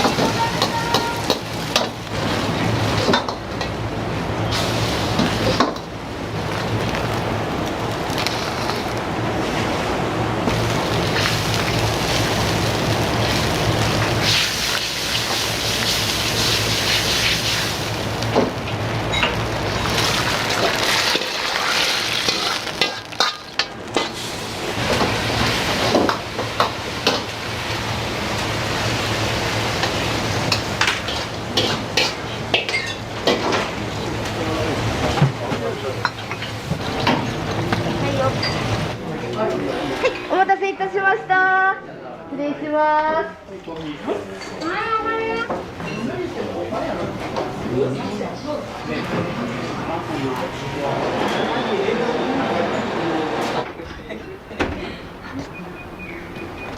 カツ丼で最初見てきて、そこから何回か来とったんですけど、最近は来れてなくて久しぶりに来た感じです。一番のおすすめメニュー、カツ丼ですね。私もカツ丼でも今日初めてカツ丼以外のものを食べた感じ。美味しかったです。美味しかったです。ボリューミーでランチの方がなんかお得感が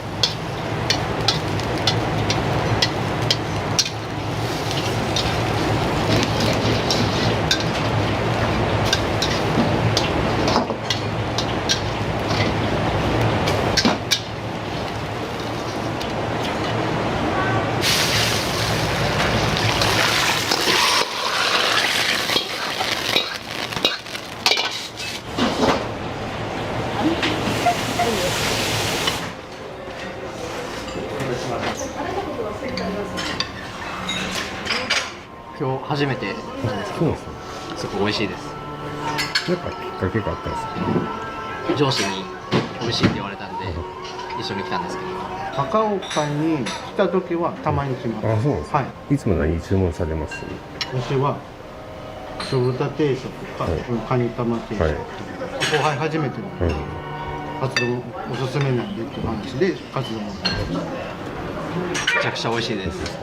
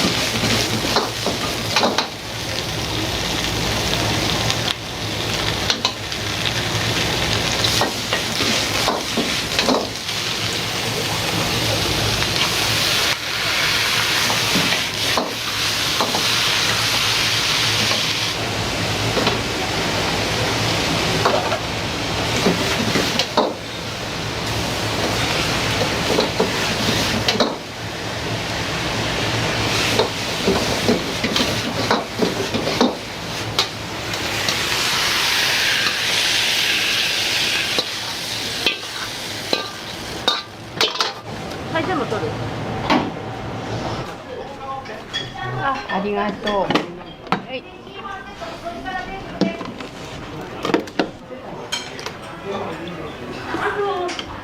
週1やから4回一応ね、人時で手配しちゃって食べに来て元気に応対してくれるし楽しくしてくれるからこちらも明るくなる。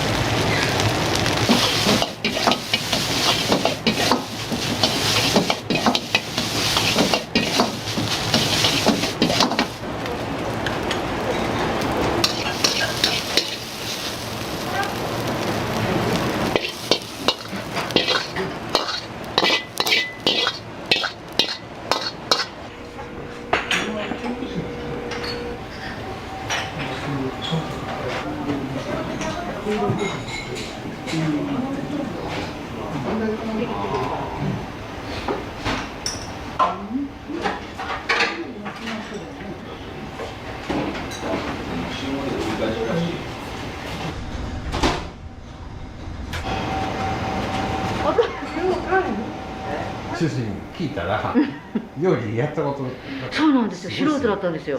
趣味で包丁は握る人だったんですけど、死を私と出会ったということで覚悟して結婚しました。はい。父は亡くなったんですけど、父が存命の時に修行して今に至るという感じですね。はい。実際やってみたらやっぱり自分はこういう商売に向いてるのかなという気はします。やっぱり毎日忙しいですけどやっぱり楽しいですし大好きですし、この仕事接客大好きですし、だから天職だったのかなと思ってます。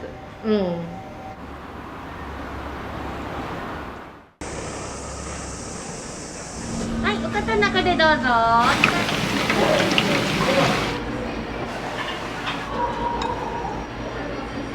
お寿司海鮮丼ね、焼き物も中で食べれますので、焼き牡蠣も食べれますよ。この子美味しそうですよね。やっぱりバリウマですね。最高です。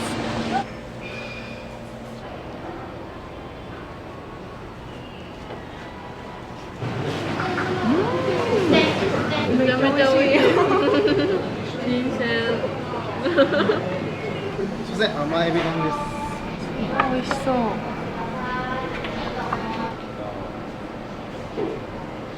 日替わり海鮮丼です。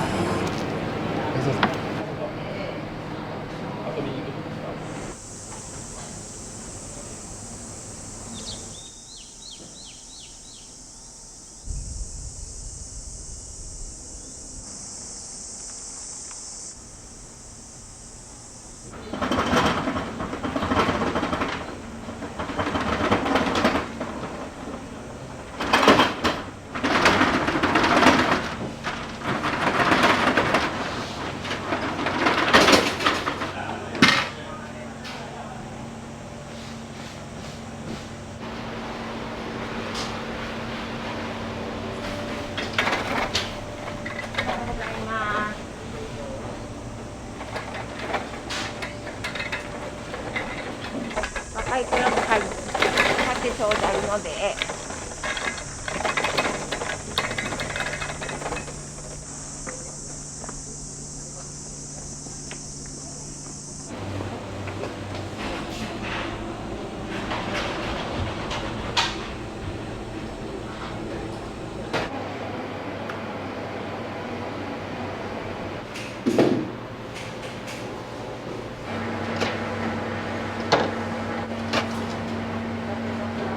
北陸や福井のお魚を使ったお寿司や炭火で焼いた海鮮焼き、東尋坊名物のイカ焼き、福井の越前そばやソースカツ丼も取り揃えていて、いろいろなものを1回で楽しんでいただけるというところがうちの強みで。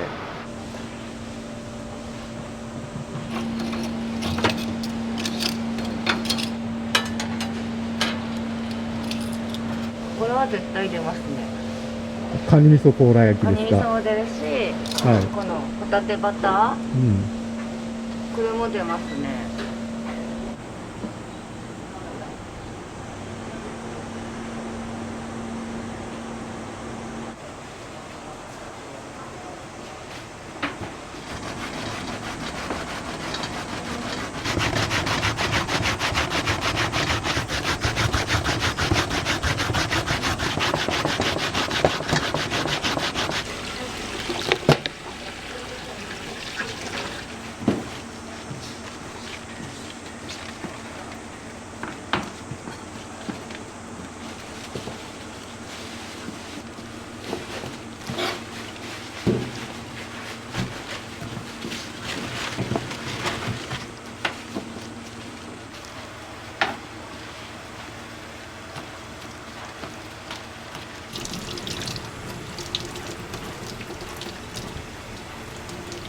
ちゃんってない、黄土色の器ってあるし、あれ全部使ってもらったんでね。全部使った。だから何やそうってたら蓋だけ出てきて。天の。使ったな。中に使ったの。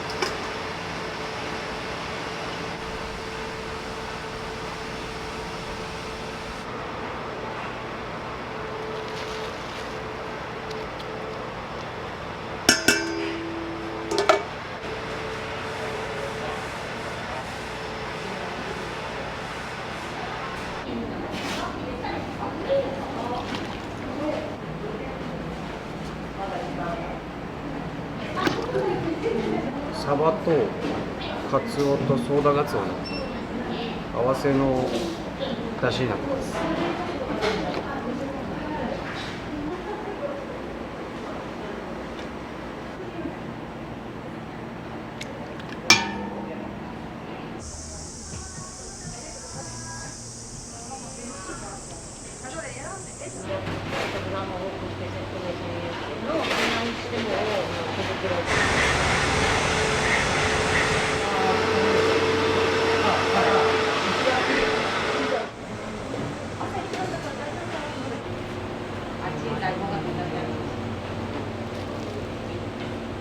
暑い時にはね、こういった粘りのあるものね、ぜひね、飲んでってくださいね。おそうめんの出汁とかざるそばに入れるとね、でね、今度はこういった効能ありますのでね。はい、どうぞ。はい、今度ね、お味見してってください。こんなに山盛りします。山盛りさせていただきます。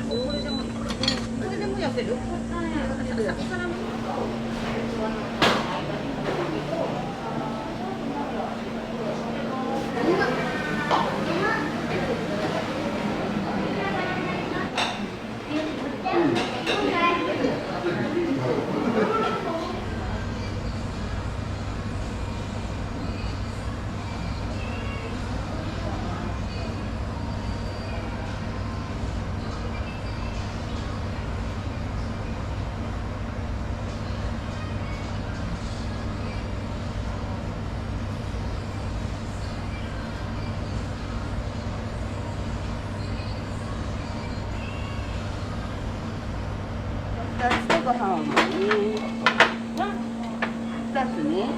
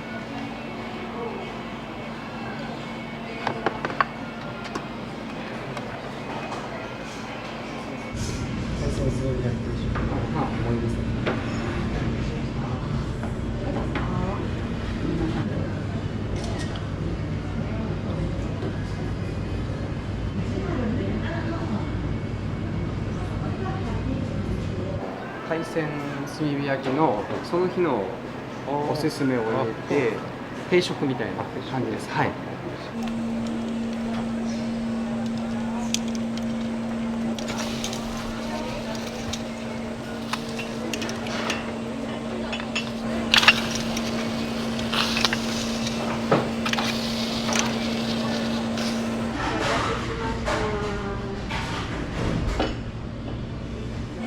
はい、どうぞ。風貝柱バター焼き5個。お兄さん、中で食べる。あ、はい。じゃあ、このまま中入ってください。あ、はい、はい。中タブレットでご注文できるんで。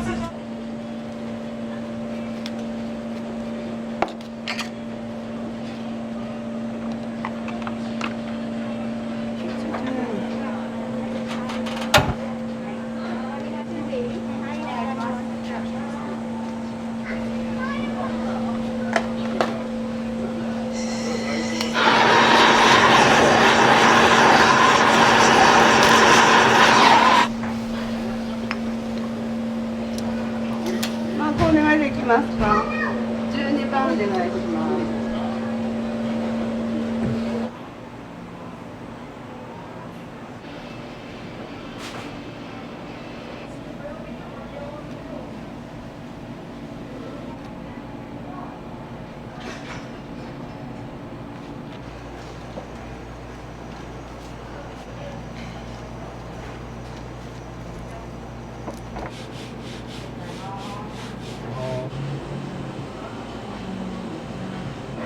どうぞ。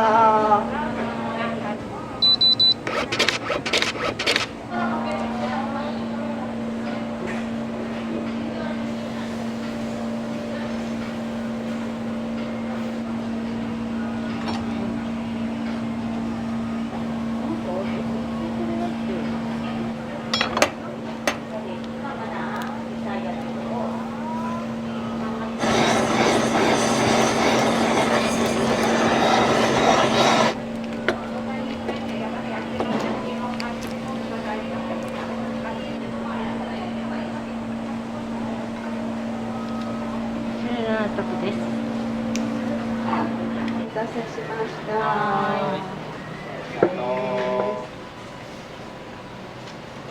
いただきます。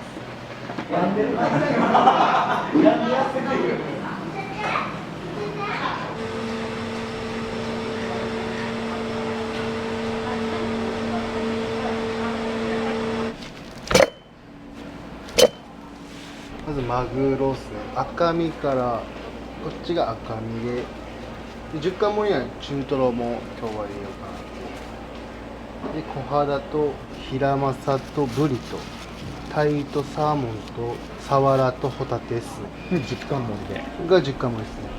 で8貫盛りがホタテと中トロ抜いてるんです。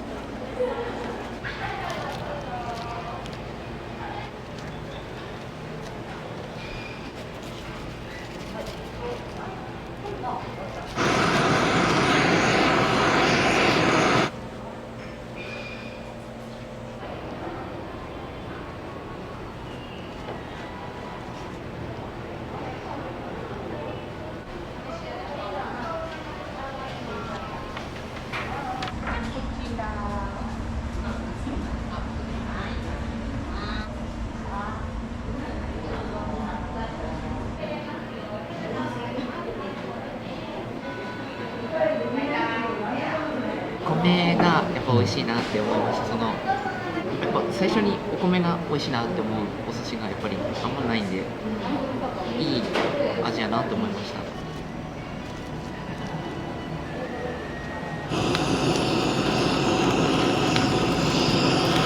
ょっと一般的な酢飯とちょっと違うんですか？そうですね。赤シャリを使ってますね。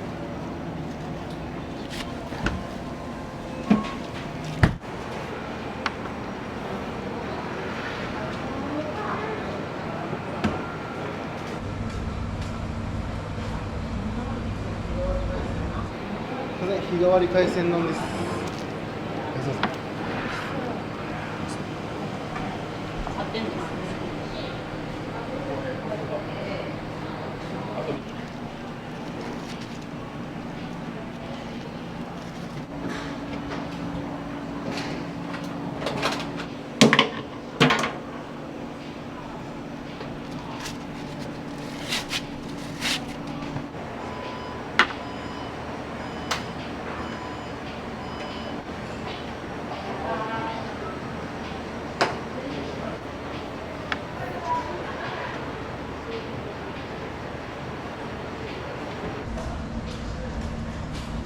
すいません、甘エビ丼です。ありがとうございます。美味しそう。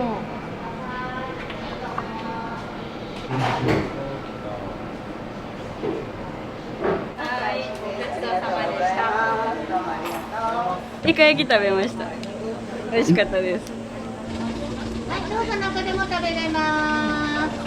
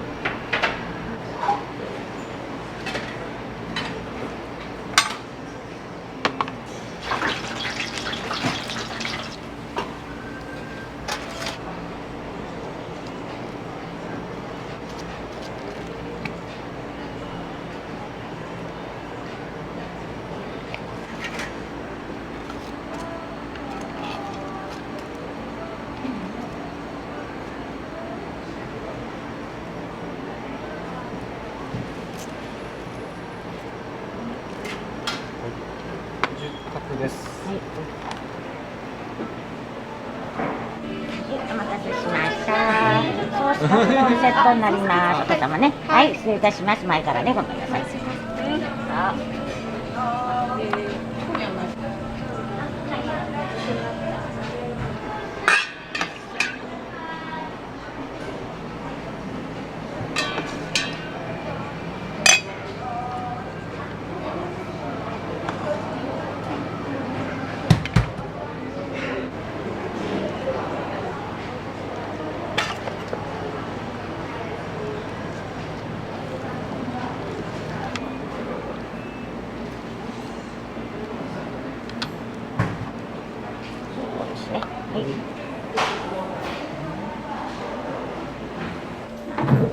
越前そばになります。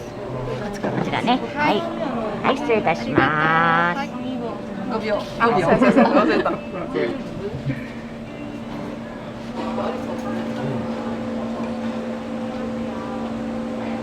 福井のお蕎麦ってちょっと特徴あると思うんですけど、どうですか？弾力がすごい。コシがあって美味しいし、この暑い夏にはぴったり。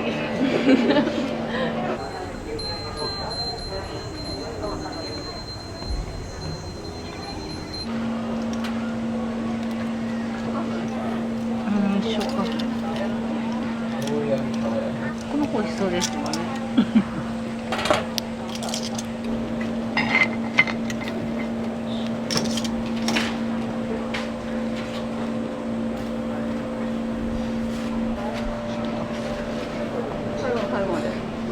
はい、失礼します。こちら焼き牡蠣になります。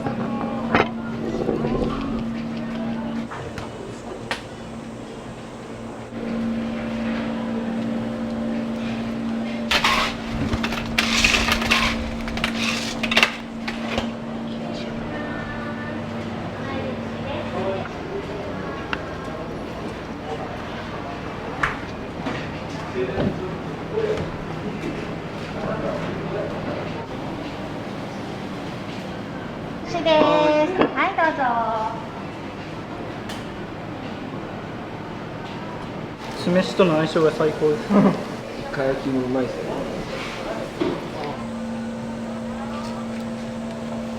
あ、明太子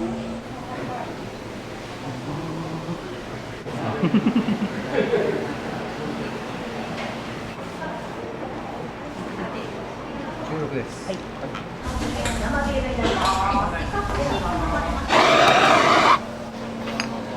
いいよ。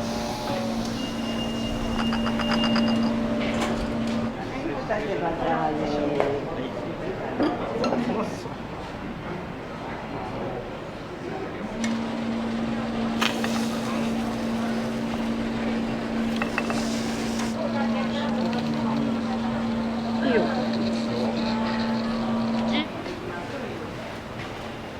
お待たせしました。牡蠣とか、イカとか食べられてたと思うんですけど、はい、お味とかいかがでした？いやもうやっぱりバリうまですね、最高です。食べたことなかったです、あんな美味しいの。やっぱり福井最高ですね。ありがとうございます。ビールとの相性とかどうでした？いやもう抜群ですね。自分も普段飲まないんですけど、ちょっと飲もうかなってなりますね。あんだけ美味しかったら。はい、どうぞ中でも食べれますよ。よかったら生牡蠣もありますのでね。はい、どうぞ。だからあれ、炭火定食出た時ね、ちゃんと取ろうかな。炭火。ああ。暑いね、ワンワンね。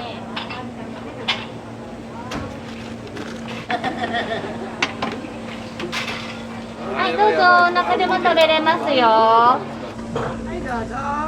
このイカ焼き小っていうのは焼くやつですか？これ焼く。生から焼きます。イカ焼きと大きいやつ。大きいやつと小さいやつ。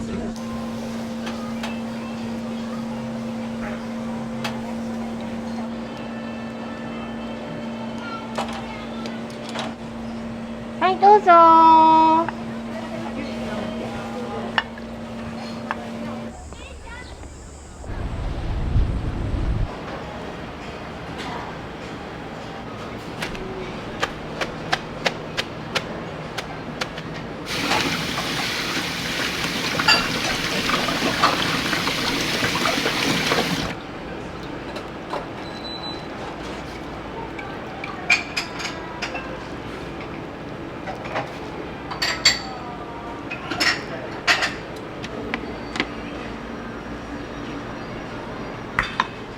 はい、お願いします。17択、重いです。ラストは。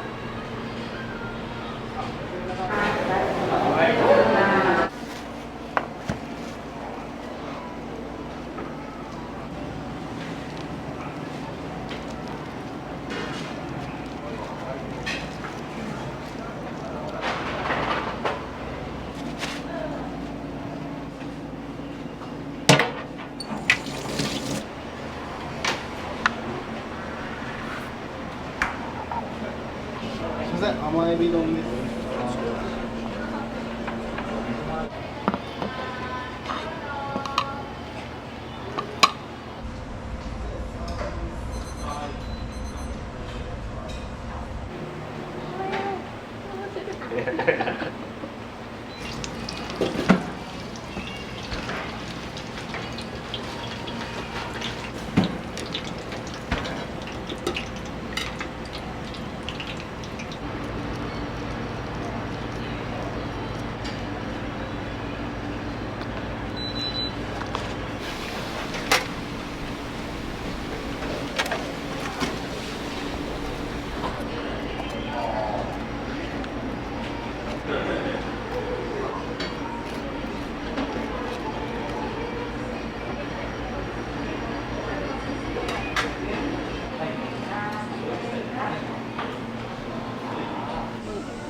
海鮮丼もあるね。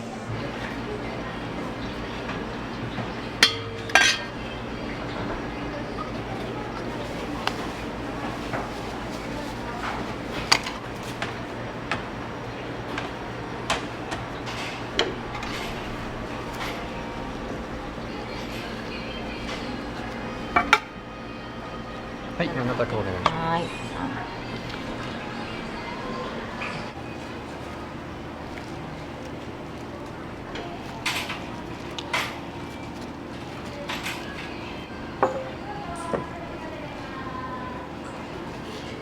いい顔してますよ。甘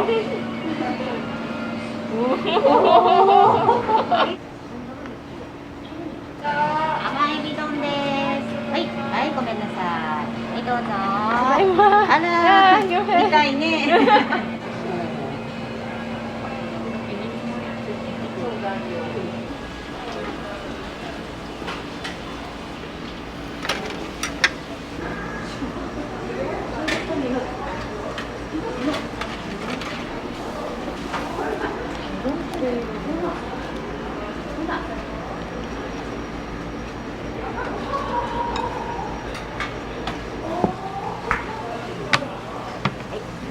7番ね。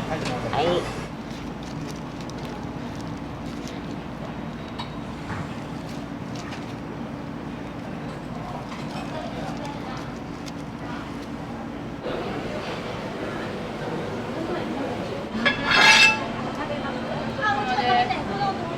あ、トウモロコシ乗ってない。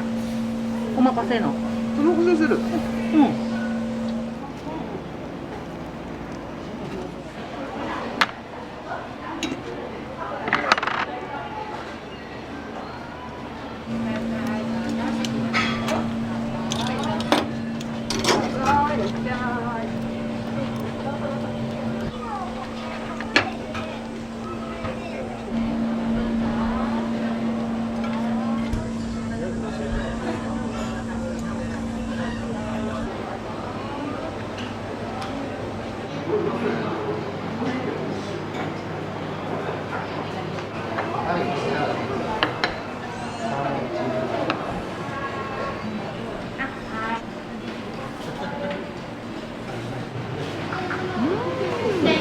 めちゃめちゃ美味しい。めっ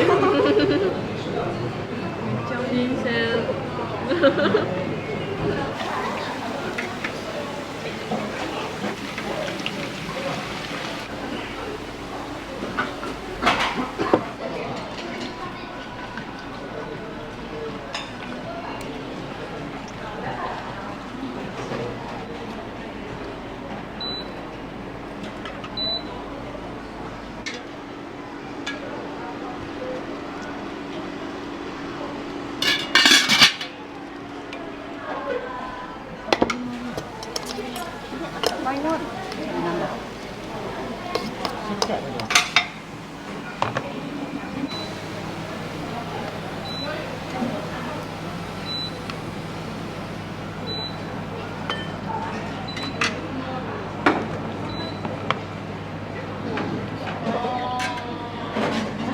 おろしについてないから。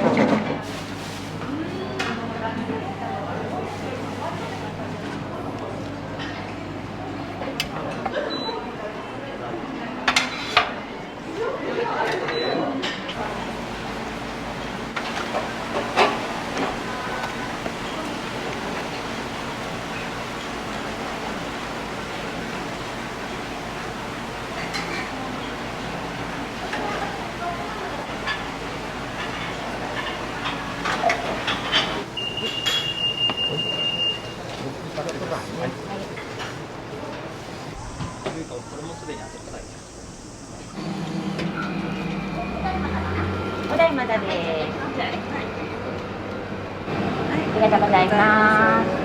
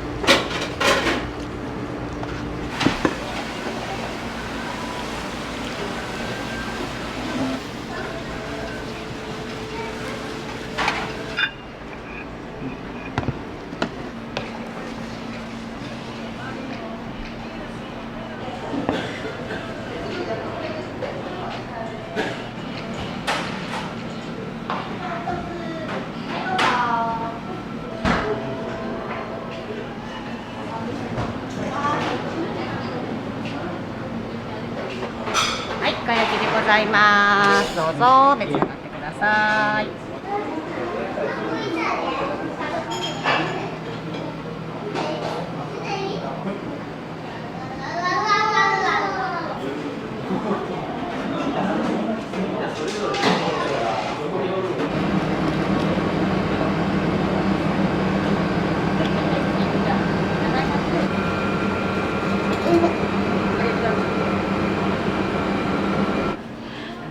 装されてないんで。